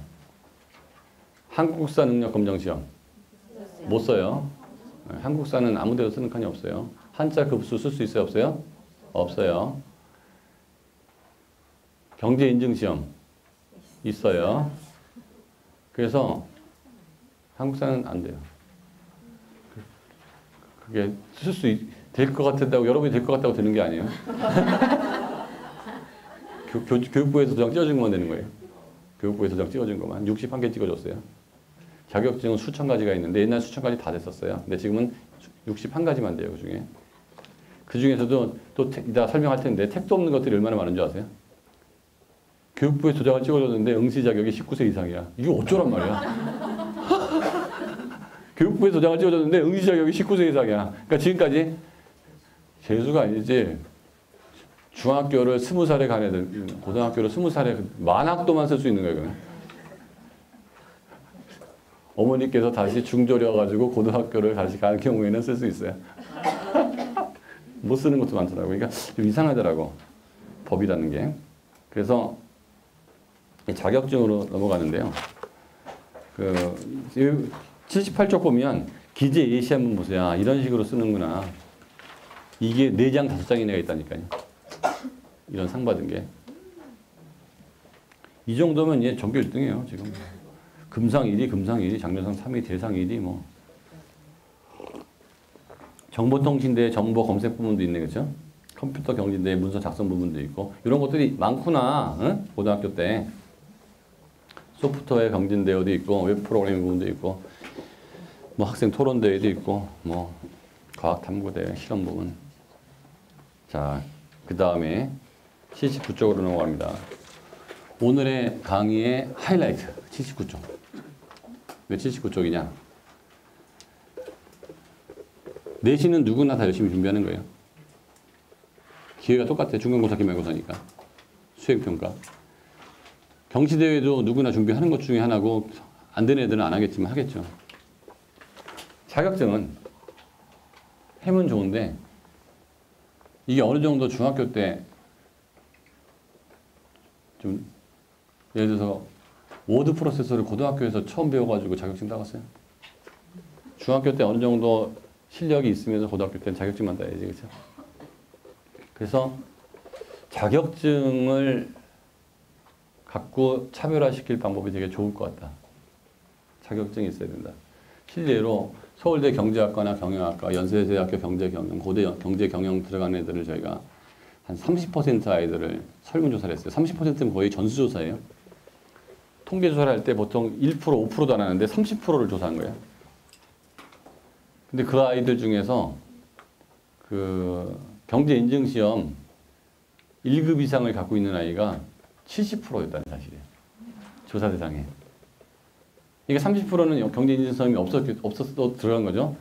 이게 정시에선 필요가 없으니까. 실제로 수시본 애들의 70, 80%가 경제인증시험을 갖고 있더라는 거예요. 이거는 굉장히 중요한 포인트였어요. 그 시험을 붙어야 뽑아준다는 건 아니에요. 근데 붙은 아이들 보니까 그걸 갖고 있더라. 어떤 상관관계는 있더라. 인과관계는 아니더라도 이걸 봐야 뽑아준다는 충분 조건은 아니지만 붙은 아이들 중에 그게 많다고 그러면 생각을 해봐야 되는 거예요. 그러니까 어머니들 중에서 한간에 떠도는 얘기들을 믿고 아니면 거짓말 치는 사람들 되게 많거든요. 예를 들어서 과거에 탭스 성적을 쓸 수 있을 때 제가 대원외고 애들을 경제학을 가르치고 상담을 하면서 어떤 엄마하고 상담을 하고 있는데 탭스가 930이에요. 930이면 우리말보다 영어를 더 잘하는 거예요. 서울대 영문과 교수가 930이 안 나와요. 탭스가. 미국에서 15년 산 사람이 930이 안 나와요. 탭스가. 그러니까 미국 대학 교수도 930이 안 나와. 어마어마한 점수예요. 그러니까 어마어마하게 빨리 얘기하는 걸 듣고 써야지 이게 손발력 떨어져도 못하고 탭스 930이면 이게 어마어마한 점수예요. 아니, 한국 교수가 뭐 한국 능력 검정 시험에서 90점 나오냐고 안 나오지. 한국 국문과 교수도 안 나올 거야 아마. 그만큼 어렵다고. 근데 얘가 가고 싶었던 과는 그 자유전공학부였어요. 서울대학교. 근데 작년도에 950짜리가 붙은 거예요. 탭스. 그래서 저는 그거 하지 말고 수학 경시대회를 나가라 차라리. 되든 안 되든. 아니면 뭐 딴 걸 해라.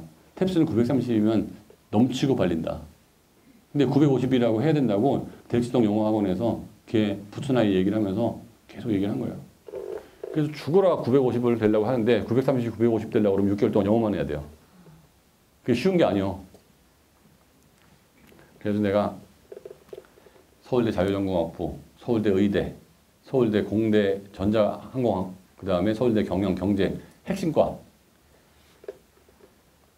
오리엔테이션 때 애들 어리버리할 때 그쪽 대학원생들을 전부 알바생으로 써가지고 그과 돈을 다 주고 설문지를 받아오겠어요. 내가. 자기 대학원생이 오리엔테이션 때 나눠주고 쓰라고 그러면 애들이 써야 안 써요. 근데 뭔지 모르고 다 쓰잖아 거기다가. 이름은 쓸 필요 없음. 거주 지역만 쓰면 됨. 특목고, 외고 이거만 쓰라고. 그러니까 개인 정보도 아니야 이거. 이거 근데 그런 거 대체로 90% 정확하게 쓸 거 아니야. 붙었는데 일단 탭스 성적 있으면 몇 점. 올림피아드 붙은 경험이 있으면 어느 도 올림피아드 무슨 상. 학교 내신은 몇 등급. 필요해 보이는 것만 수능은 뭐 몇 점. 이거만 쓰라고 그랬어요. 한 5분도 3분도 안 걸려 다 쓰게. 그래가지고 한 5, 600만 원 들여가지고 그걸 다 걷어왔어요. 전부를 다. 그리고 까봤죠, 까별로. 그러니까 저희는 그런 식으로 컨설팅을 하기 때문에 어떤 조건에 있는 애가 어떤 대학을 들어가는지 아는 거예요, 우리는. 그것도 연대도 가고, 심지어는 옛날에 3천만 원 들여가지고 서울연고대 애들 다 했어요. 알바생 풀어가지고. 그때는 처음 해봐가지고 어떻게 했냐면 학기에 들어가가지고 애들한테 이거 써보면 10,000원씩 준다고. 줄을 쓰는데 그러니까 경영학과 너무 많잖아. 경영학과 그만. 경영학과 뭐 다 할 수는 없으니까 경영학과 100명을 20명 그만. 그다음에 그 의대생 아직 부족합니다. 그러면 2학년 안 받아요. 1학년 학생증 갖고 오세요. 그러면 다 쓰면 10,000원씩 줬다고 이렇게. 그러니까 3천만 원 들더라고 조사하는데. 그래서 안 되겠어요. 3,000장 갖고 있는 거죠 저희가. 그래가지고 쓴 책이 엄마는 전략가예요. 그러니까 상상으로 쓰지 않아요 저희는 일을 할 때. 그거를 바탕으로 엄마는 전략가라는 책을 쓴 거야. 아, 이런 애들이 붙더라. 그래서 그 당시에 올림피아드 수학이 있어야 자유전공학부를 들어간다. 탭스는 950이 넘어야 된다. 그런 소리 되게 많았거든요. 자유전공학부 애들 90명을 했어요. 100 몇십 명밖에 안 되는 거에서 90명을 그냥 전수조사를 한 거지. 그리고 다 까봤더니 탭스 900 넘는 몇 명일까요? 990명 중에서 3명. 3명이 올림피아드 성적 갖고 있는 애가 5명. 나머지 80명은 아무것도 없음. 아무것도 없으면 진짜 수상 시작이 아무것도 없어. 그냥 내신하고 생활기록부로 붙는 거예요. 그러니까 어머니들께서 서울대학교 들어가기 되게 힘들다고 하는데요. 저희는 어리버리한 애들이 하도 많이 들어가는 거 봐가지고 어리버리한 애들이 하도 들어가는 걸 많이 봐가지고 어마어마한 애들이 들어가는 거 맞아요. 그렇게 서울대학교 의과대학에 어마어마한 애들이 들어갈 거 아니에요. 근데 전 100몇십 명 중에 다 어마어마한 게 아니에요. 그런 애들이 한 10명은 어마어마한 애들 들어가요. 걔 들어갈 줄 알아서 걔는 진짜 쓸었잖아 옛날부터. 걔 말고도 90명은 쟤가 가는구나. 진짜 어리버리하고 그래요. 쟤가 가는구나. 그래서 어머니 생각보다 되게 쉽게 들어가요. 생각보다 되게 쉽게 들어가. 근데 그들이 원하는 걸 해야 되는데 학원들은 그걸 몰라요. 영어 수학 학원에서는 수학 정말 잘하는 애가 서울대를 간 걸 봤잖아요. 그래서 걔만 생각나는 거야 자꾸. 걔만큼 해야 된다고 그러는 거야. 영어 학원에서는 걔가 들어갔잖아. 950짜리. 우리 영어 대원외고 전교 10년 만에 최초로 나온 950점. 걔가 들어가는 걸 보고 걔가 들어간 건 맞지. 그런 애만 들어가지는 않더라는 거예요. 그거는 여러분이 제 말이 의심스러우면 서울대학교로 가시라니까. 연세대학교, 고려대학교. 몇 학년이에요? 이렇게 물어봐 진짜. 수시 들어왔냐고. 정말 당신이 이게 좋냐고 그랬더니 그래요. 이런 애가 많다고 생각. 근데 어마어마하게 좋은 애도 많아요. 특히 직윤으로 들어오는 애들은 되게 좋아요. 왜 전교 1등을 해야 돼? 전교 1등 하면 서류까지 줘야 되거든. 그래서 자격증을 따는 것은 내신 성적하고 특기 그 학교 경시대회 그 다음 주 아니겠냐 이거지. 우리 애를 뽑는 기준 1번은 뭐겠죠? 내신 성적. 2번은 뭐겠죠? 학교 경시. 3번이 뭐예요? 요게 자격증이지 않겠냐 이거예요. 왜? 정량화돼 있잖아 이거는. 뭐 얘가 뭐 성실히 노력한 거하고 관계없잖아. 하여튼 자격증 땄잖아. 이거 팩트잖아요. 팩트 자격증을 딴 거는. 그리고 이 자격증이 쉬워 보이지도 않고. 그러면 아까도 말씀드렸지만 이건 제 추측이니까 확실한 건 아니에요. 근데 여러분들 상식대로 돌아가더라고. 제가 아이들한테 인터뷰할 때 모의 인터뷰 가끔 하거든요. 제가 가르치는 애들만. 그러면 제가 인터뷰할 때 경영학과나 경제학과 인터뷰를 좀 많이 해본다고. 그러면 애들이 되게 고마워하는 게 절반을 교수가 똑같이 물어보더래요. 그럼 제가 문제 유출한 거예요? 아니요. 교수들이 제 친구들 아니에요. 그럼 내가 궁금한 거는 걔들도 궁금할 거 아니에요. 그러니까 어머니들 정도가 면접을 보는 거예요. 대학 교수로서. 그러면 내가 물어보고 싶은 거를 교수도 물어볼 가능성이 되게 높다는 거죠. 내가 뽑고 싶은 아이를 교수도 뽑고 싶을 거고. 그러니까 여러 번 아이를 딱 제껴놓으면 공정하게 뽑히는데 내 애라고 생각하니까 내 애는 훌륭하다고 자꾸 어필하는데 교수 입장으로 싹 바꿔서 모든 행동을 하란 말이에요. 그러면 제가 컴퓨터 관련 얘기도 자꾸 중요하고 한국어, 뭐 경제, 인증 이런 거 되게 중요하는데 요새 추세가 융합이란 말이에요. 융합. 자꾸 얘기하잖아요. 창의적 융합. 그럼 융합을 하는데 예를 들어 과학하는 애가 나 뭐 과학을 한다, 의대를 간다 생각해 보면 교수들이 제일 신경질 내는 게 뭐 중에 하나 뭘까요? 애들이 이거에 익숙하잖아요. 마주법을 그렇게 많이 틀린대요. 답안 쓰는데 마주법을 그렇게 많이 틀린대. 수행평가에도 다 마주법을. 짜증을 엄청 내요. 마주법 틀리는 것 때문에. 근데 얘가 한국어 능력 검정 시험에서 뭐 2급이야. 그럼 아나운서 직전이거든요. 아나운서 1급이니까. 아나운서들 다 보는 거니까 2급이야. 그러면 맞춤법은 안 틀리겠구나. 2번. 교수들도 맞춤법 틀리잖아요. 내 거 나중에 교정 좀 부탁해도 되겠구나. 대학원 들어오면. 자, 여러분들은 여러분 애가 서울대학교 의과대학을 연대의대를 들어가면 좋겠지만요. 교수는 아무나 뽑아도 상관이 없다는 사실이에요. 꼭 여러분 애가 안 해도 된다는 거죠. 그럼 얘가 들어와서 사고 안 치고 나도 얘한테 뭐 도움 받을 수 있으면 윈윈인 거예요. 그러니까 석사 과정에 들어왔는데 교수들하고 같이 논문 활동하고 뭐 하잖아요. 근데 교정이라도 봐줄 수 있으면 자료라도 잘 만들 수 있으면 얘가 파워포인트를 엄청 잘 써요. 그럼 대학원 다닐 때 교수가 학회 나갈 파워포인트 부탁할 수 있어요. 내 조교면. 자격증이 있는 거야. 근데 의대생 중에 파워포인트 자격증이 있는 애가 몇 대겠냐고. 얘가 엑셀 자격증이 있어. 그럼 상고 애들이 갖고 있는 거잖아요. 근데 그게 정규국가로 들어왔어. 근데 초등학교 때부터 시작해서 조금만 더 신경 쓰면 되는 거 아니야, 내 말은. 그거를 어마어마하게 잘할 필요가 있는 게 아니고 그 자격증에 우리가 1급이 될 필요가 없지만 5급까지 준다고 그러면 한 3급 정도만 갖고 있어도 지금까지 의과대학생 중에서는 없었는데 이게 있다는 거죠. 의과대학생인데 경제인증시험을 1급을 받을 필요 없지, S급을 받을 필요도 없지. 근데 3급 정도는 한 번만 읽어봐도 봤거든요. 그럼 3급 정도를 받는다는 거는 의대 교수 입장에서 그렇게 나쁜 건 아니잖아요. 얘는 참 다양한 공부를 했구나라는 확실한 증거잖아요. 거기 써 있잖아. 그러니까 요새 공대 교수나 의대 교수나가 개탄하는 게 뭔지 아세요? 애들이 너무 무식하다는 거예요. 그러면 교수들은 왜 안 무식했어요? 그때는 학력고사 시절이기 때문에 전 과목을 다 봤단 말이야. 문과에도 이 과목 보고 이과 애들도 문과 과목 봤다고. 그래서 의대 교수도 정치, 경제, 사회문화에 대해서 알아. 어느 정도. 요새 선택 과목이기 때문에 애들이 선택을 안 해가지고 아는 게 없는 거예요. 문과 애들은 과학 과목 하나도 모르고요. 이과 애들은 사회 과목 하나도 몰라요. 그래서 겨우 집어넣은 게 통합사회 통합 과목 아니에요. 근데 그거는 내용이 얕다고. 근데 저는 이것도 알아요를, 이것도 잘해요를 증명할 수 있는 방법이 생활기록부밖에 없다 이거요. 진짜는 얘가 문과인데도 과학 잘하고 이과인데도 경제 지식이 많아. 그러면 내가 블로그 활동이나 딴 거 보여줄 수가 있어. 옛날에는. 근데 보여줄 방법이 없는 거예요. 내가 딴 것도 안다는 거를. 쓰는 칸도 없고. 자격증 딱딱 써놓으면 게임 끝나는 거 아니냐 말이야. 그럼 교수가 굉장히 궁금한 거죠. 옛날에 논문 활동이 궁금한 거죠. 야, 이 자격증은 뭐냐? 이 컴퓨터 관련된 자격증. 이거는 파워포인트, 엑셀, 워드 프로세서를 매우 능숙하게 쓸 수 있는 사람한테 주는 국가정보 자격증인데요. 물어볼 수가 있어. 아니면 교수가 찾아볼 수도 있겠지. 왜? 그 자격증을 갖고 있는 애들은 전문대 가는 애들이거든요, 원래. 상고 나와서 그쪽으로 비서학과나 이런 데 가는 애들이 그 자격증을 딴단 말이야.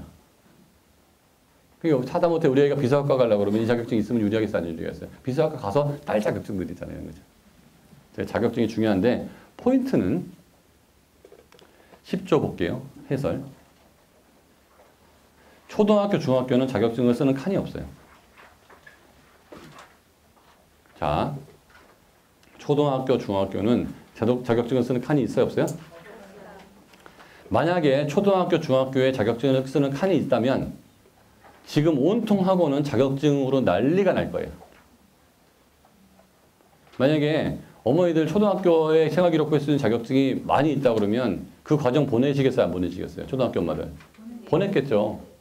근데 여러분이 자격증을 아무리 따도 한자 등급이든 뭐든 학교 생활기록부에 올려줘요? 안 올려줘요? 안 올려주죠. 중학교도 안 올려줘요. 고등학교만 올려줘요. 고등학교만 올려줘요. 그러면 잘 생각해 볼게요. 초등학교 때도 컴퓨터 자격증을 올려주고 중학교 때도 올려준다 그러면 고등학교 때 컴퓨터 자격증 있는 아이들이 전교에 아마 몇십 명씩 될 거예요. 근데 고등학교만 올려주는데 중학교, 초등학교에서는 안 올려주면 중학교, 초등학교 다니는 여러분들이 다니는 학원에서 자격증에 대한 얘기를 해요, 안 해요? 안 해요. 그래서 고등학교 애들이 자격증이 없어요.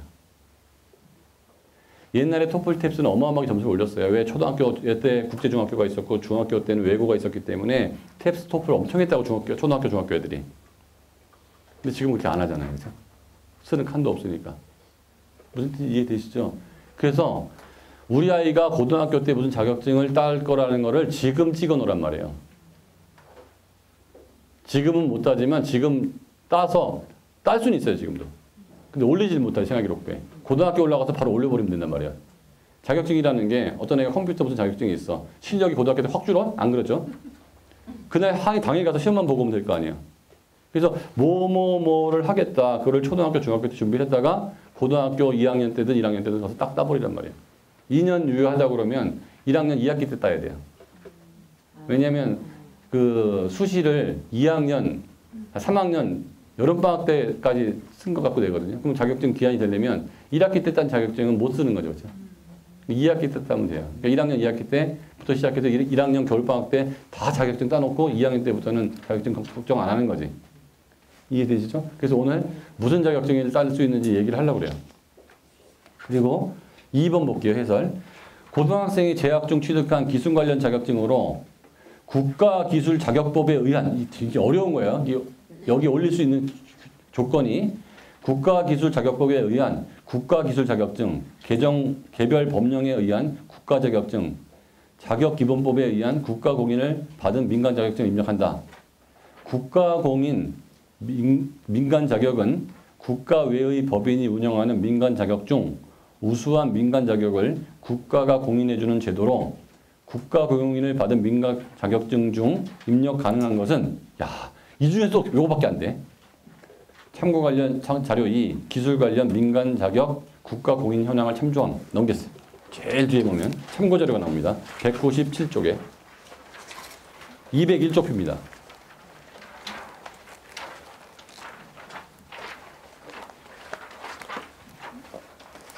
(201쪽) 자, 그러면 금융위원회에서 만든 자격증 8개. 신용관리사, 신용위험분석사, 신용분석사, 여신심사역, 자산관리사, 재경관리사, 회계관리, AT. 무지하게 어려워요, 이거는. 애들이 딸 수 있는 게 아니에요.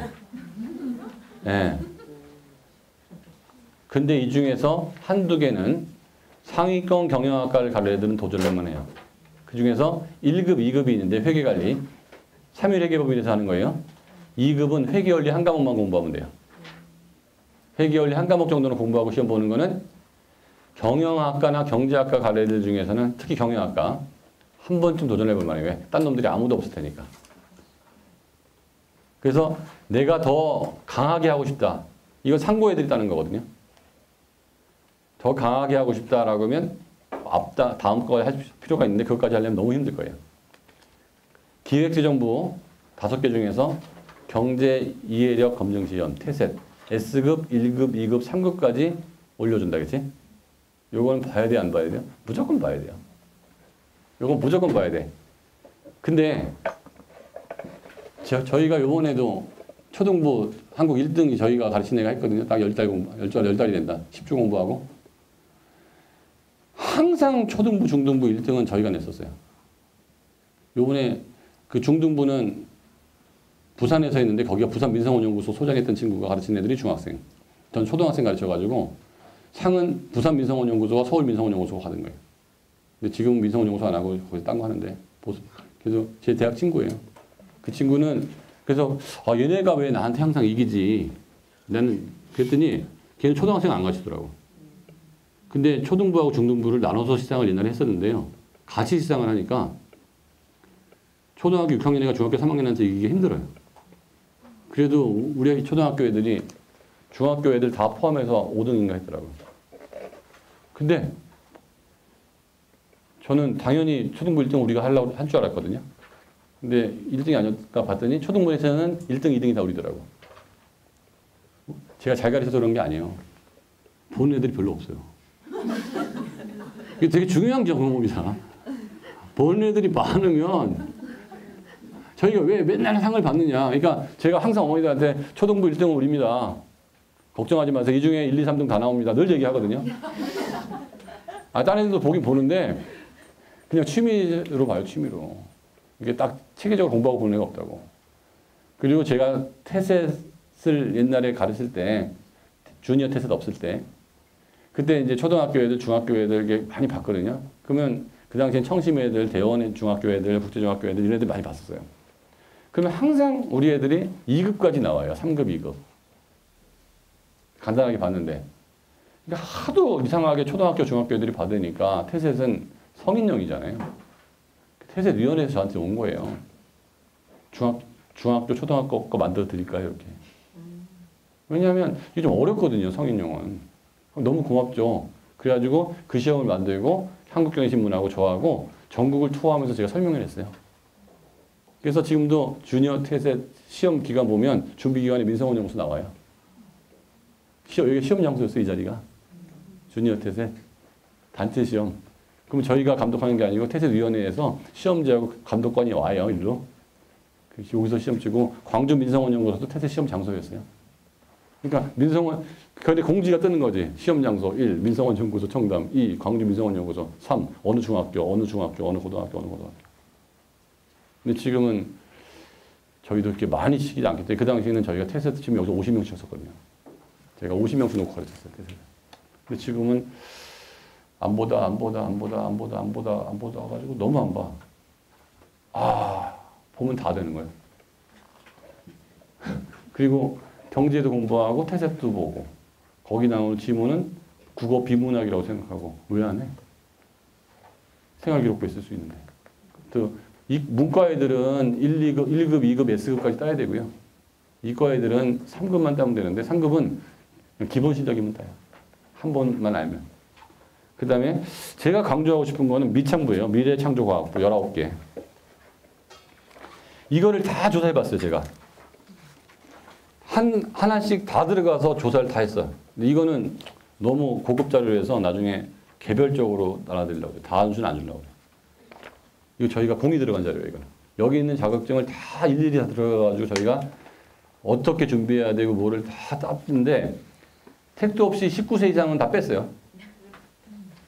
그리고 나서 해볼 만한 게 봤더니 이 테스트, 프로페셔널 1, 2, 3, 4급. 요게 파워포인트, 엑셀, 그 다음에 워드더라고요. 그 다음에 PC 활용 능력 시험. 요것도 파워포인트, 엑셀, 워드더라고요. 인터넷 정보관리사 전문가 되기 힘들 것 같은데요. 2급은 웹서핑 잘하면 되겠더라고요. 아니, 시험 내용을 보니까 써 있어요. 이렇게. 리눅스 마스터는 우리가 애들이 딸 수 있는 수준이 아닌 거고요. 디지털 정보 활용 능력, 요것도 딸만 하더라고요. 네트워크 관리사는 우리 애들이 할 만한 게 아니야. 정말 전문적인 거예요. PC 정비사도 안 돼요. 이거 조립하고 그래야 되는 거기 때문에. 정보기술 자격, 요것도 힘들 것 같고, PC 마스터 요것도 힘들어요. 컴퓨터 프로그램을 아주 잘하는 애는 SQL이나 데이터 아키텍처는 가능하겠더라고요. 이건 원래 잘했던 애들. 그 다음에 정보보호 전문가 이런 건 안 돼요. ERP도 하나도 안 돼요. RFID도 안 돼요. 근데 다음 페이지에 IT 플러스 요것도 엑셀 파워포인트 워드더라고요. 왜 이렇게 엑셀 파워포인트 워드 자격증이 많아? 그러니까 엑셀 파워포인트 워드 하나 따놓으면 한 4개 따, 4개 자격증을. 시험만 보고. 응시료가 다 한 4만 원. 4개가 있으면 뭐가 컴퓨터 되게 잘하는 거 같잖아요. 다 똑같은 거야, 근데.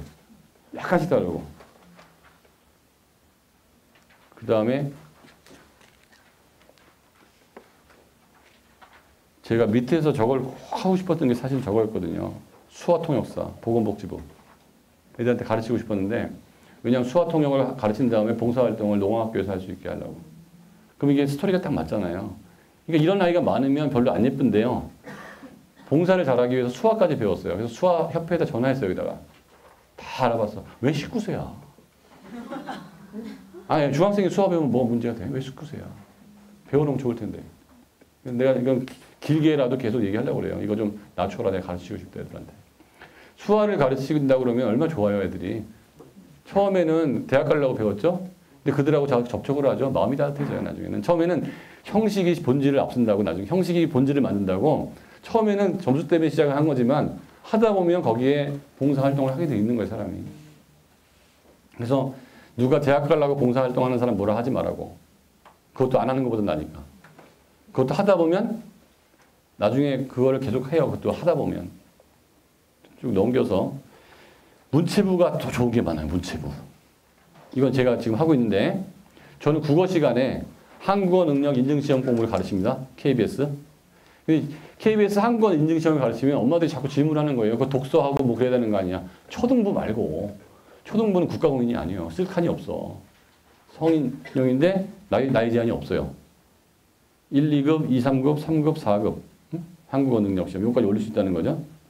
한국어 능력 검정 시험의 내용은 국어 시험과 80% 정도, 80에서 90% 범위가 똑같아. 그래서 이걸 따로 배우려고 그러면 아쉬워서 국어 시간에 집어넣은 거예요, 제가. 그래서 지금 고학년 국어 시간에는 일주일에 1시간씩 이걸 해. 근데 보면 애들이 이거 잘 될 것 같아요? 어른이 잘 볼 것 같아요? 왜 그런지 아세요? 제가 어떻게 하냐면 다음 주부터 이제 보내는 엄마들 애들 막 일요일날 오기 싫다고 난리 날 거예요. 제가 국어 시간에 애들 암기를 많이 시키려고 시도 외우기 하고 연대표도 외우기 하거든요. 근데 애들이 좀 많아져가지고 그걸 다 앞에서 읽으려고 하니까 시간이 많이 가. 다음 주부터 필기 시험으로 바꿀 거예요. 그리고 한국말 단어 여러분 납득이 되지 않는다. 우리말이에요, 일본말이에요? 납득이 일본말이더라고요. 저도 하면서 납득이 일본말이야, 납득이. 체득 이렇게 다 일본말이더라고. 그러니까 우리가 우리말이라고 알고 있는 것들이 납득은 이해가 되지 않는다. 이렇게 하면 돼. 그게 순화어라고 그러더라고요. 그러니까 무대뽀 같은 거 일본말인 거 알잖아요. 그런 거하고 똑같은 거예요. 무대뽀나 납득이나 똑같은 거야. 근데 우리말인 줄 알고 쓰고 있다고. 근데 이거 이번 책에 그거 배우는 거야. 그런 거를 이제 숙제도 내주는데 3장이니까 한 80개 정도 단어가 일주일에 숙제로 나가네요. 근데 저는 가르치는 방식이 어떻게 하냐면 시험 문제를 다 알려줘요. 그래서 시험 문제를 미리 줘, 애들한테. 빵꾸를 딱 뚫어가지고. 그래서 공부해오게 만들어. 그리고 그걸 똑같이 시험을 봐. 그러니까 틀리면 할 얘기가 없어. 그 중에 골라내는 게 아니야. 시험 문제를 그대로 봐. 그래서 그 80점 이상 안 되면 다음 주에 엄마들한테 문자 갈 거예요, 이제. 시하고 연대표 외우는 거 80점 이상. 그 다음에 그 단어. 이게 몇 개지 기초 한국 문법 이런 것들을 시험 문제를 나눠주고 다음 주에 똑같이 시험을 치거든요, 계속. 그래서 그래도 80점이 안 되면 시하고 단어 못 외우면 10분 일찍 와주세요. 그 다음에 연대표도 뭐 단어도 안 되면 또 10분 일찍. 그래서 최악의 경우 세 가지 시험을 다 통과 못하면 문자가 이 아이는 세 가지 시험에 못 통과하지 못하였으므로 수업 시간 30분 전에 와서 세 가지 시험을 다시 칩니다. 그러면 애들은요 암기력이 좋아가지고요 한국어는요 검정시험에서 제일 많이 틀리는 이유가 그 어휘더라고요. 어휘. 한자성어서부터 시작 어휘가 외울 게 많잖아요. 순우리말에서부터 시작해서 어휘는 애들이 정말 잘 외우는데 아이들이 그 어휘를 외워놨을 때 앞으로 인생은 어떻게 바뀔까요? 한자 수거부터 시작해서 순우리말, 순하어 일반인들이 잘 모르는 그런 애들에서 나중에 1대백 나가라고 그랬어요. 1대백. 1대백에서 맨날 그딴 걸로 시험 나오잖아요. 퀴즈든 삶이든 글 쓰는 거든 자기가 책을 읽는 거든 그 어휘를 확 공부해버리면 그것도 우리나라에서 최고 어렵다는 한국어 검정시험을 어휘 어른들은 그 어휘가 잘 안 외워지는 거거든. 애들은 애들이니까 외우잖아요. 국어하고 8, 90% 일치하는데 그냥 중학교 때부터 어휘 공부 좀 하면서 문법 공부, 표준말이 뭐고 띄어쓰기 어떻게 해야 되고 잘못 쓰면 안 되는 말들 한국어는 좀 시험. 근데 국어 능력 인증 시험도 또 똑같은 시험이에요. 그러니까 한국어 능력 KBS 걸 보고 나면 국어 능력 인증 시험을 볼 수가 있고요. 수능이 이거보다 조금 어려워요. 그러니까 수능 공부도 또 되는 거야 이게. 한국 실용 글쓰기 검정 이건 너무 쉬워요. 이거는 그냥 그 실용 글쓰기 그러니까 뭐 문서 서식 쓰기 요 세 가지가 국어 시험이더라고요. 그러니까 한국어를 공부하면서 문체부과 3개 볼 수 있는데 저 기회가 되면 저것도 좀 가르치고 싶어요. 종이접기. 종이접기는 나이가 제한이 있는 것 같더라고요. 자격증 나이가. 우리 직원이 안 쓰는 거 보니까. 그 다음에 샵마스터 3급. 이거는 뭐냐면요. 옷 장사하는 거예요. 옷가게. 옷가게 장사 샵마스터. 그러니까 이것도 어리버리 아무나 받겠더라고요. 필기시험이니까. 근데 이게 만약에 우리 아이가 의류학과나 의상학과 같은 데 간다 그러면 그냥 이거 왜 했냐 이거 아니 샵마스터는 참 가게 장사하는 거. 그 다음에 스타일리스트가 의류학과. 그죠? CS 리더 이런 거는 어서 오시오. 오른쪽에 뭐가 있습니다. 이거 하는 거 있잖아요. 왜? 고객님, 네 고객님 이거. 그래서 승무원 출신들이 많이 하는 거 CS. 뭔지 아시죠? 이거는 우리 아이가 호텔 전문학과나 관련된 학과 관련된 애들은 따로 필요가 있겠더라고요. 근데 이거는 전부 근데 상고 애들이나 그쪽 애들이 많이 하는 거예요. 빌딩 경영 같은 거 할 필요 없겠죠? 수학 통역사 아쉬워. 그 다음에 나머지는 별로 할 게 없어요. 자동차 진단평가사는 뭐 할 거 없잖아요. 그래서 이 중에서 우리 아이가 할 만한 게 크게 보면 경제 관련된 거, 컴퓨터 관련된 거, 그 다음에 한국어 관련된 거. 이 세 가지로 큰 영역이 나눠진다 이거예요. 그러면 자격증을 따는데 너무 시간이 많이 걸리거나 너무 스페셜한 건 딸 필요 없겠지만 자격증을 땄을 때 내 인생에도 도움이 되고 학교 경시대회에도 도움이 되고 학교 동아리 활동에도 도움이 되고 그런 것들은 고등학교 올라가서 준비한다는 거는 임파서블하다고 지금 말씀드렸죠. 왜? 시간이 없어요.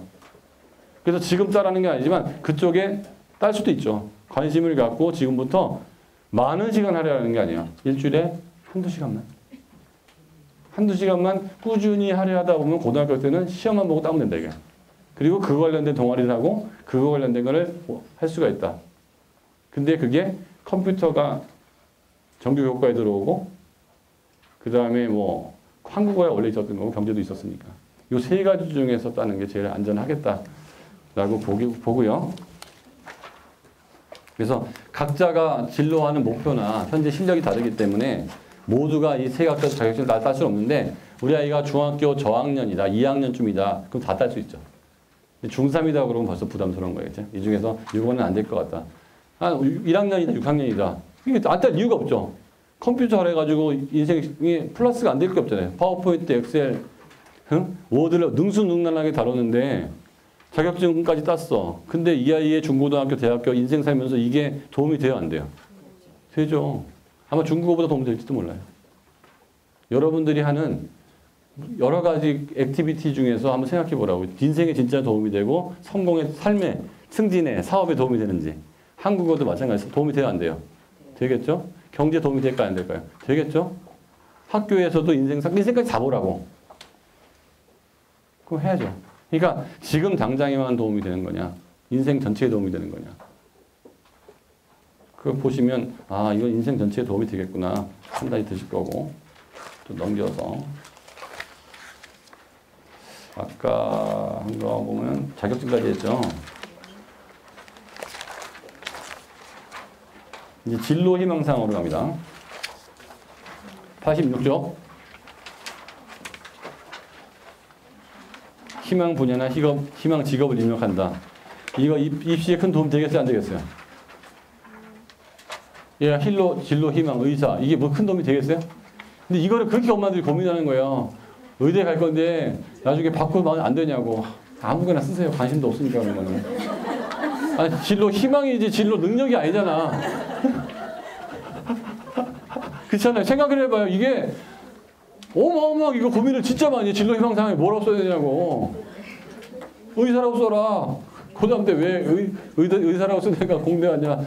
왜 왔겠어. 의대라고 썼는데 공대 온 이유가. 선생님이 몰라서 물어? 진짜 실력이 환하게? 실력이 내신이 안 나와서 온 거지.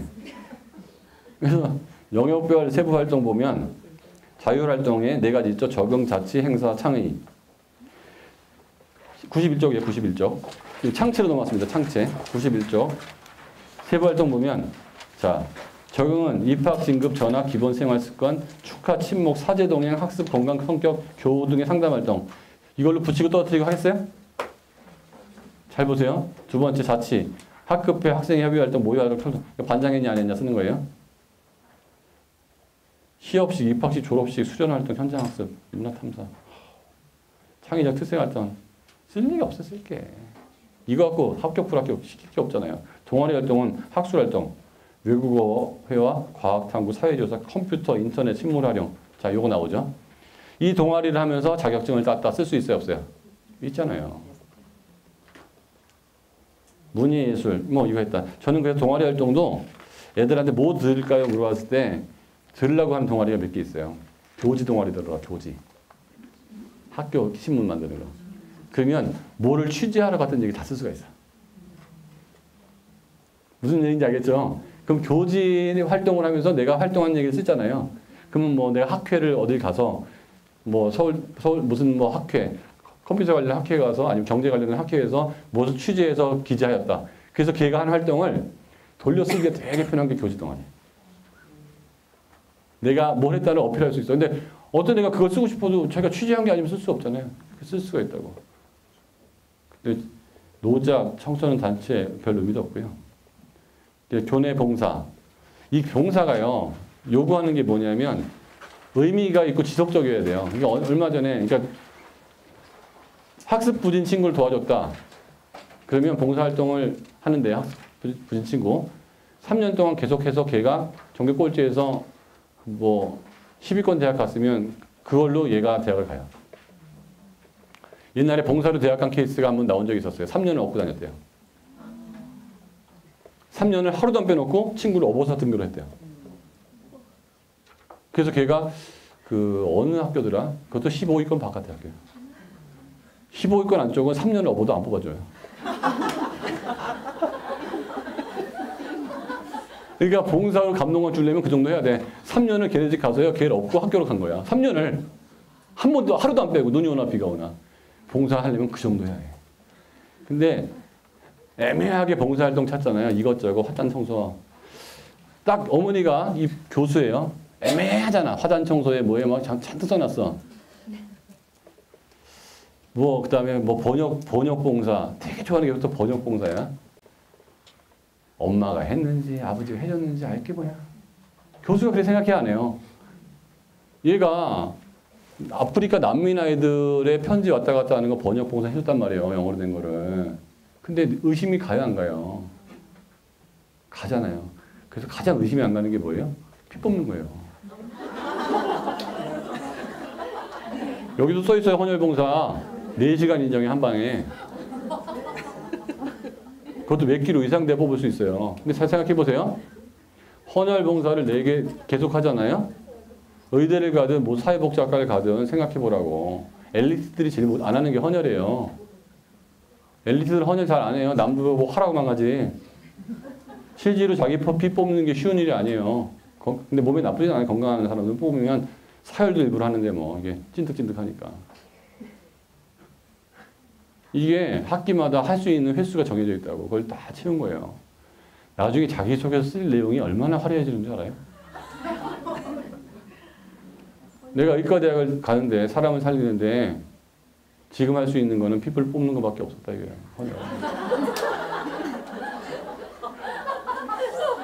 근데 한 번 뽑은 게 아니야. 아니, 제가 상담하는 애는 다 헌혈이에요.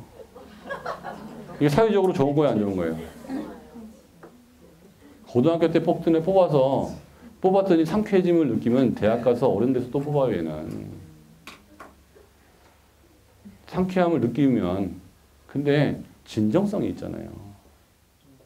해줄 수도 없고 혼혈 정도 사서 넣을 수도 없는 거고. 이게 누군 나쁘게 얘기하면 그럴 거예요. 대학 가려고 피까지 뽑는다. 그렇게 얘기하면 안 돼. 광고할 때 뭐라 그래요? 헌혈은 곧 사랑입니다. 아, 사랑하는 사람 대학 가는 거잖아. 예수님의 마음으로. 헌혈은 뭐 되게 중요한 겁니다. 어떤 봉사를 할지. 그래서 수화가 딱 좋았는데 자격증이 안 나와. 그 다음에 진로활동에서도 제가 그 직장 방문, 학회 참석, 협회 참석, 협회란 게 있습니다. 협회? 제가 현대 비서실 들어갔을 때 그 어떤 업종을 알고 싶으면 협회를 가면 제일 빨라요. 철강협회, 자동차협회, 조선협회, 협회가 있어. 그 진로활동으로 뻔한 짓만 하지 말라고 그래요. 응? 진로 검사나 하고 뭐 아빠들 데려가가지고 강의나 듣지 말고 협회를 찾아가라고, 협회를. 그 학회를 찾아가란 말이에요. 진로 관련된 학회를. 그게 진로 활동에 쓸 수가 있으니까. 그러니까 생활기록부는 남이 한 거를 그대로 다 쓰면은 그냥 넘어가는 거고요. 남이 안 한 걸 쓰면 교수가 한번 보는 거예요. 근데 그게 진정성이 있으면 되는 거예요. 그러면 이걸 가려고 그러면 애썼다. 그리고 교수가 포함된 학회를 자꾸 가라고 그랬잖아요. 실제로 있었던 일인데 교수가 그 학회의 거의 상임위원인 거예요. 내가 가려는. 그때 무슨 서강대인가 그랬었던 것 같은데. 그래서 걔가 그 학회를 쭉 간 거예요. 몇 년간. 교수가 그 학교에서 갔던 거를 물어보더래요. 내가 분명히 그런 학교 갔다 오면 다 예약 정리해서 외워놓으라고 그랬거든요. 왜? 네 생활기록부에 있는 거 물을 수 있다. 얘가 쫙 대답을 한 거예요. 거기 붙었게 떨어졌게 1등에서 1등. 왜? 교수가 학교에서 4번인가 학회를 갔는데 그 내용을 다 알고 있는 거예요. 얘가. 물론 정확한 아니지만 러프하게. 그때 A라는 교수님은 이런 얘기를 했었고 B라는 교수님은 이런 얘기, 그걸 다 외우고 있는 거예요. 얘가 화학과 가려고, 아니 무슨 화공과인가 화학과인가 가려고 했는데. 그 공부도 엄청 많이 하니까 그 이해가 됐겠죠. 그러니까 교수하고 얘기하면서 교수가 너무 못해가지고 그냥 씩 웃으면서 보내더래요. 그래서 그냥 근데 장학금까지 딱 들어가면 입학장학금까지. 학기 꾸준히. 근데 이것도 동아리를 잘 들어야 동아리 이름으로 가야 되는 거예요. 지가 아무리 갔다 와서 올려다 안 올려줘요. 동아리에서 무슨 과학 관련 동아리인데 그럼 과학 관련 동아리 애들이 동아리 선생님이 승인을 받고 그 과학 관련 학회를 가는 거예요. 그럼 동아리 날에 쓰는 거고 진로 활동 날에는 이렇게 가겠다는 거를 승인을 물어보고 하시라고. 내가 예를 들어 자동차 관련된 진로다. 그럼 자동차 관련된 학회가 있어서 거기 가겠다. 그러면 이게 여기 나오는 그거거든요. 그러니까 뭔가 근거를 만들고 가지 않으면 힘들다 이거예요. 그 다음에 창체. 여기서 얘기 나온 거죠. 그 학교 95쪽 학교장이 승인한 교육 관련 기관 이게 대략 별표 2개. 학교장이 승인한 교육 관련 기관에서 주최하고 주관하여. 95쪽 중간에요. 학교장이 승인한 교육 관련 기관 별표 2개 주최하고 주관하여 국내에서 실시한 체험 활동에 입력한다. 교육 관련 기관은 교육부 및 소속기관, 시도육청 지속기관, 교육청 및 소속기관, 교육부 소속기관은 대한민국 학술원, 국사편찬위원회, 국립국제교육원, 국립특수교육원, 교원소총심사위원회, 중앙교육연수원 총 6개밖에 없어요. 나머지 건 다 안 됩니다. 예를 들어서 그렇죠? 외부기관 이게 외교부도 안 되는 거예요. 외교부가 주최하고 주관한 체험활동에 참가 신청을 받아 학교장 승인 후 참가하는 경우 입력할 수 있다 없다? 없다. 교장이 또 훌륭한 교장이었으면 가지 마. 그랬을 거예요. 입력은 안 된다. 미리 알려줘야 되겠죠. 입력할 수 없는 사례들 쫙 나와 있어요. 그죠? 보시고 나중에 괴로워하지 말고. 자, 쭉 넘기시고요. 101쪽으로 갑니다. 6번 봉사활동. 봉사활동 영역의 특기사항은 화단 청소 몇 시간은 쓸 것도 없는 거란 말이에요. 체계적이고 지속적인 봉사활동 중 특기할 만한 사항이 있는 경우에 하나요. 활동 내용 등 구체적인 사항을 입력하되.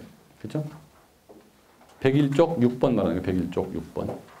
101쪽 101. 그러니까 체계적이고 지속적이어야 된다는 게 되게 중요한 거고요. 그 다음에 7번 진로활동. 여기에서 제가 말한 여러 가지 외부 활동들이나 산학협동 같은 걸 많이 하면 좋을 것 같아요. 외부 활동. 그 다음에 102쪽 라. 헌혈 딱 나오잖아요. 마도 굉장히 좋은 것 같아요. 마. 선풀. 악플 말고 선풀. 요새 이거 굉장히 강조하잖아요. 그렇죠? 그러니까 화단 청소보다 이런 거 하란 말이에요. 왜냐면 이 책에 나온 거니까. 선풀. 기부 같은 건 안 돼요. 옷 기부 이런 거. 쭉 넘겨서 또 중요한 것만 넘어갈게요. 그래서 107쪽 보면 자동봉진이 어떤 식으로 특기사항에 표시되는지 한번 보세요. 이런 식으로 표시되는 거예요. 아, 이런 식으로 써주는구나. 이걸 우리 담임이 얼마나 잘 써줄지 못 써줄지가 중요하구나. 그 다음에 108쪽 보면 실적은 이런 식으로 표시돼요. 특기는 앞에처럼 표시되고 어디에서 몇 시간 나오죠. 이게 누계 몇 시간, 얘는 91시간 했네요. 이거 아주 뭐 많이 한다고 플러스 되는 것도 아니니까 중요한 거는 질을 좀 잘 따져서 하시기 바라겠고요. 111쪽 볼게요. 봉사활동 특기사항이라고 써있죠. 그 두 번째 우유 배식 도움이라고 써있죠. 매일 1시간이잖아요. 3년 동안. 1년 동안이면 매일 1시간씩. 그러니까 지속적인 게 되게 중요해요. 네 번째 분기당 1회 지속적인 거. 헌혈도 한 방 하는 건 별로 의미 없고요. 분기마다 한 번씩. 그래서 교수들이 봤을 때 얘는 좀 지속적이구나. 이번 주에는 화단 청소, 다음 주에는 양로원 봉사, 그 다음 주에는 고아원에, 다음 주에는 그 다음에 번역 활동 이런 것보다는 내가 왜 이걸 계속했는지가 나중에 봉사 활동이든 동아리 활동이든 생활기록부에 쓰게 나중에 자기소개서 쓸 게 진짜 없어요. 자기소개서를 좀 보라고 뽑아가지고 이건 나중에 내가 써야 되는데 이것저것 하면 참 쓸 게 없는 거예요. 자기소개서 먼저 보고 생활기록부를 보면 여기에 내가 채워나가야 되는 거를 이제 보는 거잖아요. 그리고 공부를 하시라고. 공부를 하고 채워나가라고 하지 말고 마지막 양식을 보고 여기에 뭘 채울지 보는 거죠. 쭉 넘겨서 내신 어떻게 채점하는지에 대한 자세한 얘기들이 있으니까 그거 보시고요. 등급하고 표준 편차 나눈 방법. 표준 편차 되게 중요한 거예요. 예를 들어서 점수가 중요한 게 아니고 중학교 때는 성취 등급하고 표준 편차가 되게 중요해요. 그러니까 88점이 95점보다 점수가 높을 수도 있다는 거 표준 편차 보면 그 중학교도 마찬가지입니다. 표준 편차는 표시하게 돼 있거든요. 쭉 넘겨서 139쪽.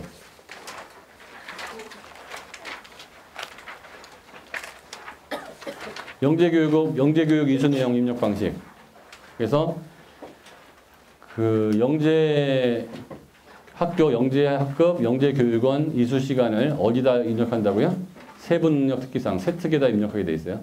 예를 들어서 얘가 수학을 했으면 수학 영재면 수학 과목에다가, 과학 했으면 과학 과목에다가.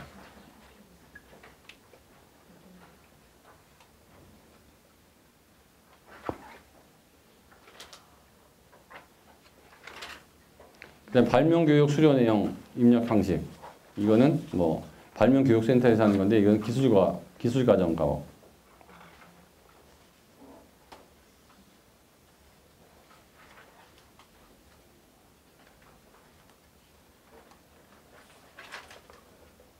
근데 좀 아쉬운 거는 가운데 보면 중학교 경우 성적 처리, 개인별 세부능력 특기사항 또는 과목별 세부능력 특기사항에서 골뱅이 식별자를 앞과 뒤에 입력하고 특기사항을 등록한 후 학생부 생활기록부 개인별 조회에서 출력 옵션에서 영재기록사항 제외를 체크하여 조회하면 출력되지 않음. 즉 특목고 갈 때는 못 써먹는다는 거예요. 생활기록부로 올라가는데 나의 기쁨에 끝나는 거예요. 상급 학교 갈 때는 못 써먹어요. 무슨 말인지 아시겠죠? 그러니까 영재원을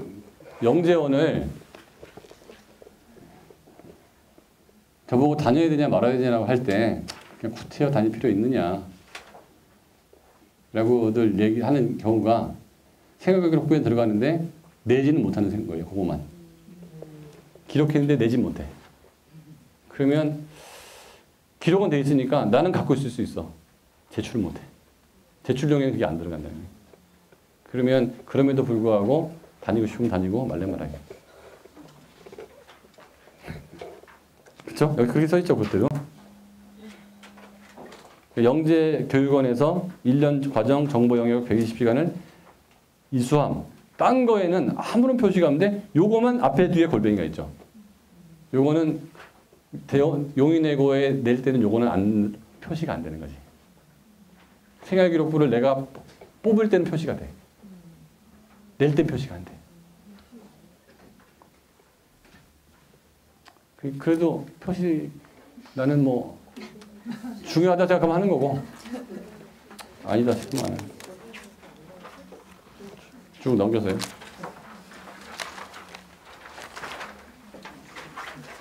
독서활동은 제목만 쓰는 거예요. 옛날엔 되게 중요하다고 했는데 별로 안 중요해진 걸로 바뀐 거죠. 자, 183쪽 보겠습니다. 초등학교 엄마들은 중학교 생활기록부 1페이지입니다. 몇 학년 몇 반 누구 써있고 저는 이제 애들 상담할 때마다 이거 갖고 오니까 다 보죠 매번. 엄마 이름 쓰고 아빠 이름 쓰고 어느 중학교 졸업, 어느 중학교 입학, 전학, 출결사항 나오고 4번에 바로 나오는 게 뭐야? 수상경력. 다음 페이지 넘기면 진로희망사항 나오고 자동봉진 나오고 그렇죠?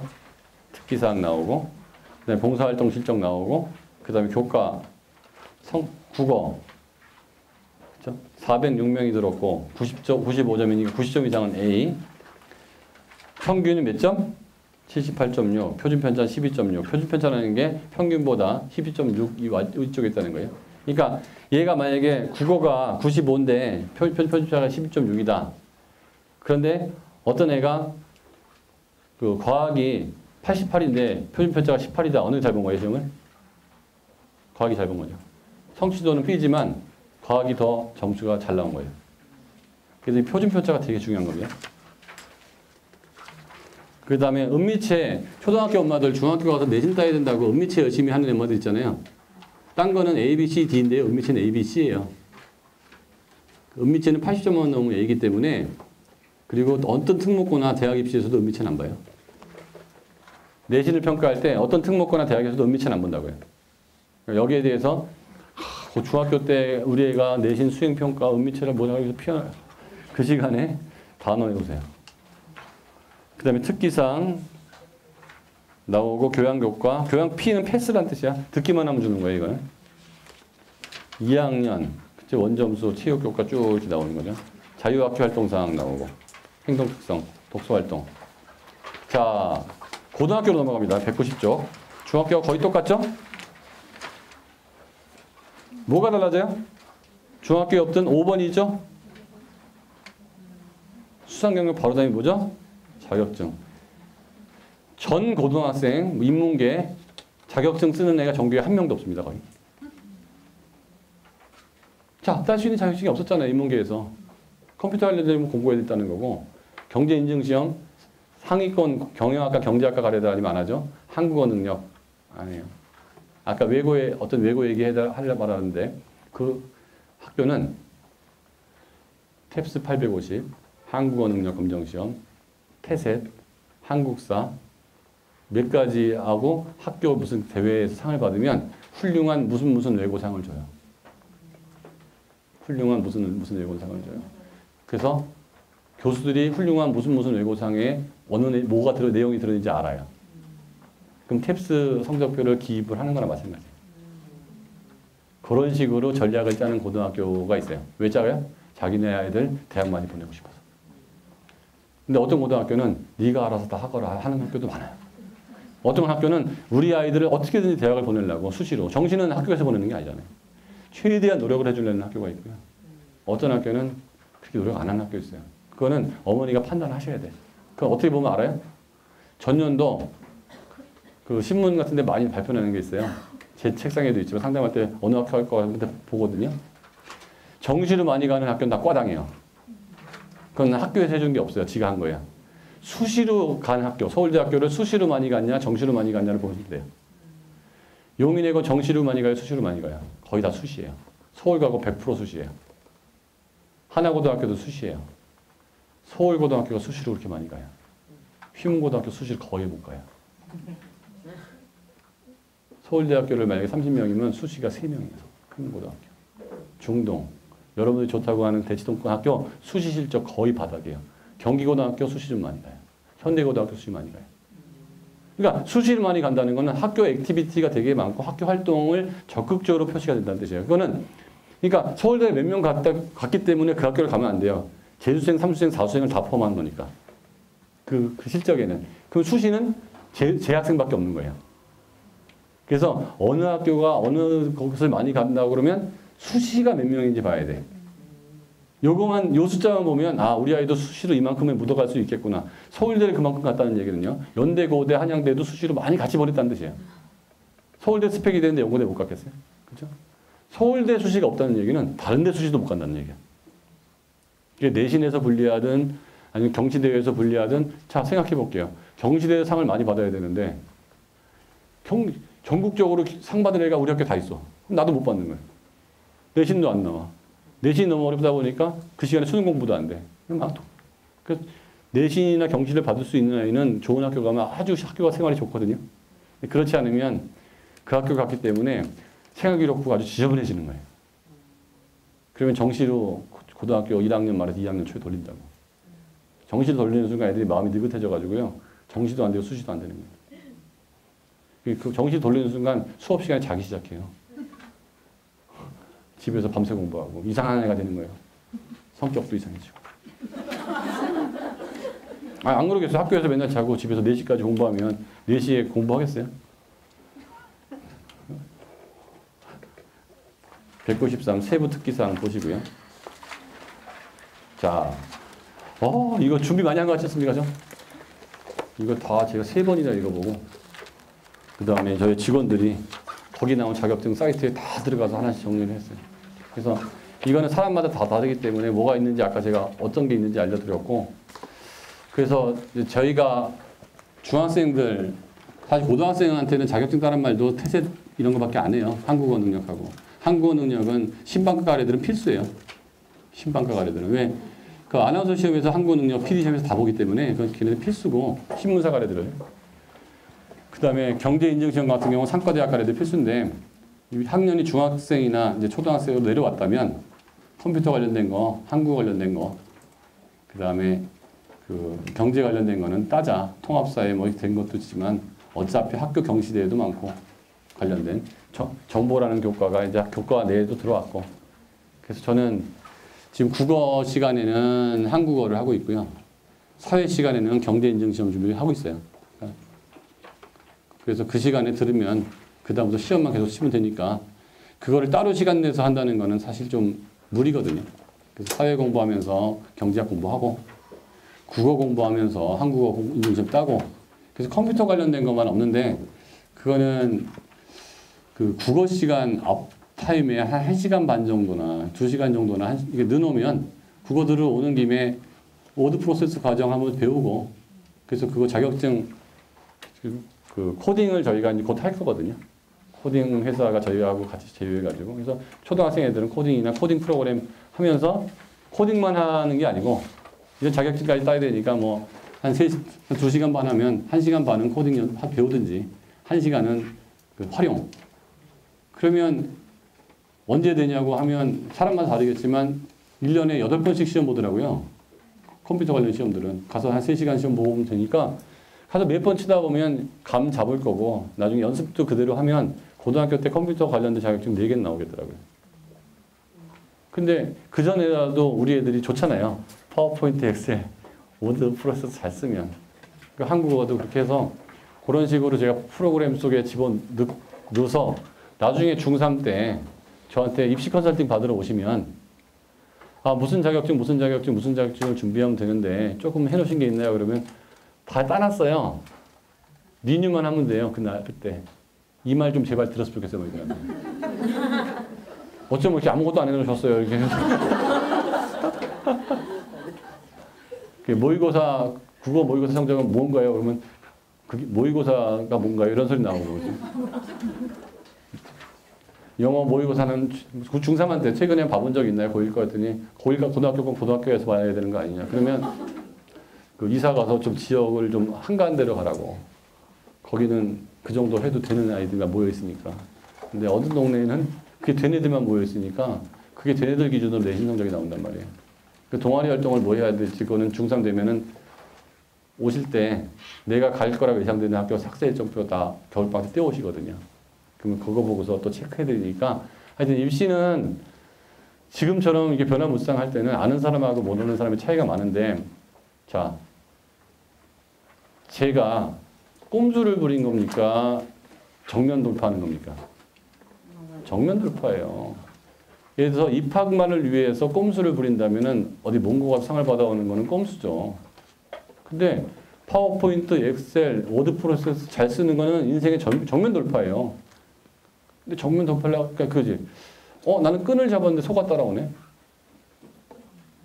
난 정면 돌파하려고 그랬는데, 뭐가 갑자기 붙어 따라오는 거야. 그쵸? 이것 때문에만은 하지 않겠다는 거예요. 그러려면 더 괴상한 걸 해야 되는데, 정면 승부. 한국어도 정면 승부죠. 경제학도 정면 승부. 그런데 그게 입시에 도움까지 되네? 이거는 이런 것들을 전 전략이라고 보는 거고요. 그거를 고등학교 때 할 거냐, 중학교 때 어느 정도 할 거냐, 이것도 시간적 전략이라고 볼 수 있겠죠. 그래서 초등학교 때 제가 이런 말 하거든요. 초등학교 6학년 이후에 내가 하는 프로그램을 다 까보라 이거예요. 혹시 도움이 되는 것과 확실히 도움이 되는 게 있어요. 혹시 도움이 되는 것까지 할 시간이 없어요. 고3까지 도움이 되는 것과 중학교까지만 도움이 되는 것, 6학년까지만 도움이 되는 것들이 있어요. 5학년까지는 고3까지 도움이 되지 않는 거 해도 돼요. 초등학교 2학년 때는 다 하시라고. 별것까지. 근데 6학년쯤 됐으면 고3까지 지금부터 하는 거를 지속하지 않을 거는 빨리 없애버리시고 요거는 고3까지 할 거다는 계속 하셔서 나중에 고등학교 때 누구나 2년 반밖에 없거든요. 정확히 2년이에요. 3월부터 3월, 그 9월에 끝나는 거기 때문에 2년 좀 넘으면 입시는 끝나는 거예요. 고등학교 2년 반이면. 그때 뭔가를 할 수 있게끔 기반 정도만 만들어 놓으시면 굉장히 도움이 될 거라 생각합니다. 질의하고 응답받는 시간 갖도록 하겠습니다.